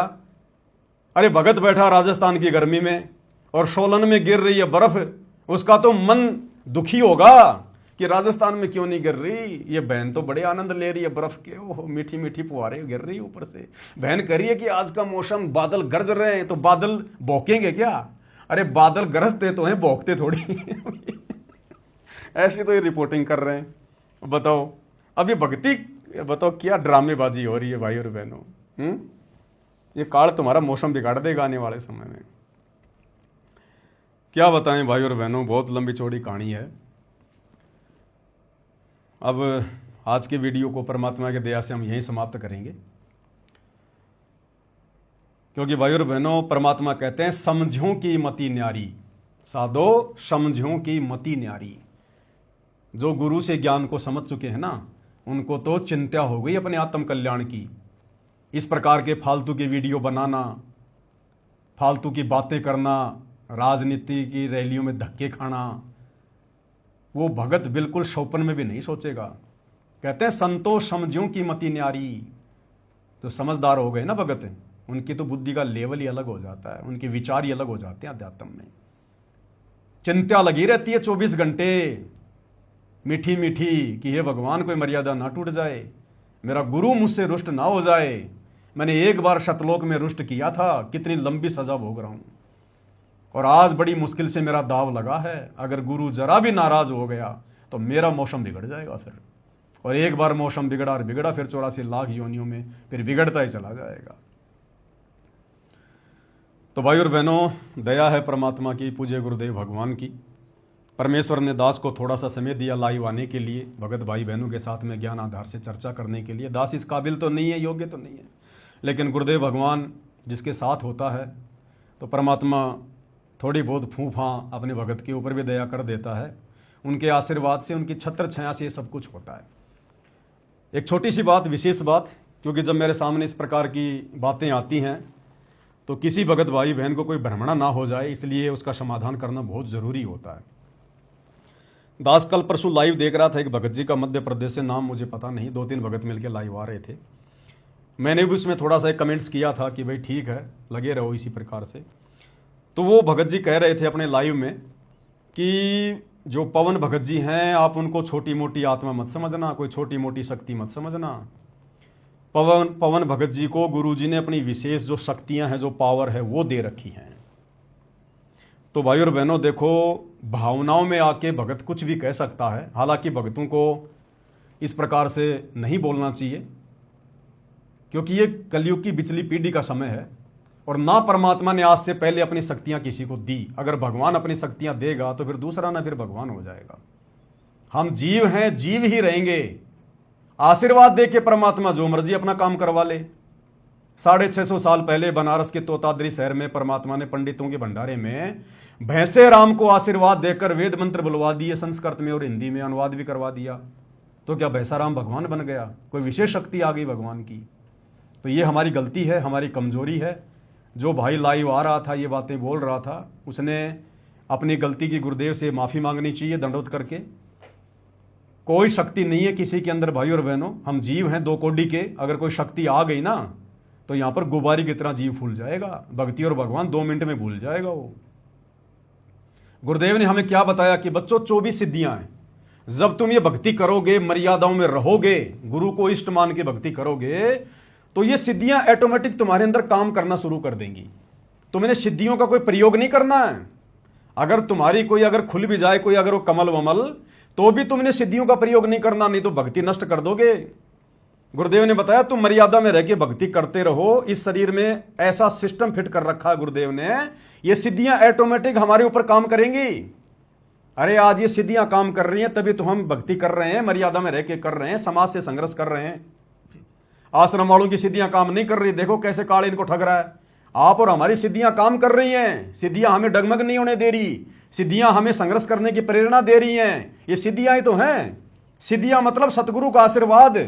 तो 24 प्रकार से गुरुदेव ने अपना आशीर्वाद दे रखा भगत को। तो गुरुदेव का आशीर्वाद यानी उनकी वो सिद्धियां, वो शक्तियां ऑटोमेटिक उस भगत के साथ हो जाएंगी, उसके सहयोगी हो जाएंगी भक्ति मार्ग में। जो भगत गुरु को इष्ट मान के मर्यादा में रह के भक्ति करेगा, ये ऑटोमेटिक सिस्टम है ये। तो वैसे कोई शक्तियां वक्तियां नहीं है भाई और बहनों, इस भय में ना रहना। बोलने को कोई कुछ भी बोल सकता है, सब स्वतंत्र हैं, लेकिन ये सिद्धियां ऑटोमेटिक काम करेंगी, सब में काम करेंगी। और जिस जिसका परमात्मा ने मोक्ष करना होगा उन सब के अंदर ये सिद्धियां काम करेंगी और कर रही है वर्तमान में। सभी सत्सेवक भाई बहनों में सिद्धियां काम कर रही हैं। तभी तो इतनी उलझनों के बाद भी हमारे को कितने धर्म संकटों में डाला गया। साथ संगति से जुड़े हुए भगत भाई बहनों के ऊपर कितना दबाव, कितना प्रेशर। गुरुजी से हमारे ऊपर मुकदमे लगवा दिए गए। जिस गुरु को परमात्मा मान के हम भक्ति कर रहे हैं, अपना सब कुछ छोड़ दिया, उस गुरु से हमारे ऊपर मुकदमे करवा दिए और हमारे अंदर गुरु के प्रति -1% भी कोई दोष नहीं आया। तो ये सिद्धियां तो काम कर रही हैं हमारे अंदर। हमें जेल करवा दी, हमारे साथ मार पिटाई होती है, हमें गुरुद्रोही घोषित करवा दिया। हम घरवालों के साथ में संघर्ष कर रहे हैं, बहनें अपने पति के साथ में कर रही हैं, पत्नियां जो है अपने पति के साथ में कर रही हैं विषय वासनाओं को लेकर। ये सिद्धियां तो काम कर रही हैं, गुरु का आशीर्वाद ही तो काम कर रहा है। अन्यथा आप जी संघर्ष कर सकते हो क्या? हम भक्ति मार्ग पर एक कदम भी नहीं चल सकते। आग लगी हुई है भयंकर रूप से। परमात्मा कहते हैं आग लगी आकाश में, झड़ पड़े अंगार, संत ना होते धरती पर जल मलता संसार। ये पूरी दुनिया ब्रह्मा विष्णु महेश तक, ये देवी देवता तक विषय वासनाओं की आग में जल रहे हैं। और आप और हमें परमात्मा इस गंदे लोक में जहां पर इस आग से बचना नामुमकिन, बड़े बड़े ऋषि संत महात्मा नहीं बच पाए, दुर्वासा जैसे नहीं बच पाए, विश्वामित्र जैसे नहीं बच पाए, और आप और हम 2 कोटि के जीव जिनकी कोई औकात नहीं, आज हमें परमात्मा बचा रहे हैं। तो ये सिद्धियां तो काम कर रही हैं ऑटोमेटिक, भगवान की शक्तियां तो काम कर रही हैं। तो अकेले पवनदास में थोड़ी काम कर रही हैं, तो सब में काम कर रही है, हजारों में काम कर रही हैं। जिसने अपने गुरु को अपना बाप मान लिया, वो हाथ अपना रख दे सर पर, जिसने मान गुरु को बाप लिया। जब वो हाथ रख देगा, आशीर्वाद दे देगा, तो सिद्धियां ऑटोमेटिक काम करेंगी। तो सब में सिद्धियां काम कर रही हैं। स्पेशल परमात्मा किसी को कोई सिद्धियां विधियां नहीं देने वाला। यहां पर सिद्धियां दे दे के बिगड़ गए। गोरखनाथ को दी सिद्धियां, उसकी भक्ति के प्रतिफल में बिगड़ गया। देख लो, दुर्वासा को दी उसने सिद्धियां, 56 करोड़ यादव मार डाले, कितने उसने पाप कर्म उसने मोल ले लिए। जिन जिनको भगवान ने सिद्धियां दी उनके भक्ति के प्रतिफल में अब वो गधे कुत्ते सुअर बन के हांड रहे, कहीं अपना मनुष्य जीवन बर्बाद कर गए वो। तो ये गलतियां परमात्मा नहीं करेगा, अपनी आत्माओं को नहीं बिगाड़ेगा। कलयुग की बिचली पीढ़ी है, जितनी आवश्यकता होगी अपना आशीर्वाद से काम करवा लेगा। सिद्धियां विधियां नहीं होती भाई, यहां पर ध्यान रखना इन चीजों का। तो आज के वीडियो में केवल इतना ही। परमात्मा हम सबको आज्ञा दें, आशीर्वाद दें, सद्बुद्धि दें, भक्ति मार्ग पे हमारा मार्गदर्शन करें। बंदी छोड़ सतगुरु रामपाल जी भगवान की जय हो।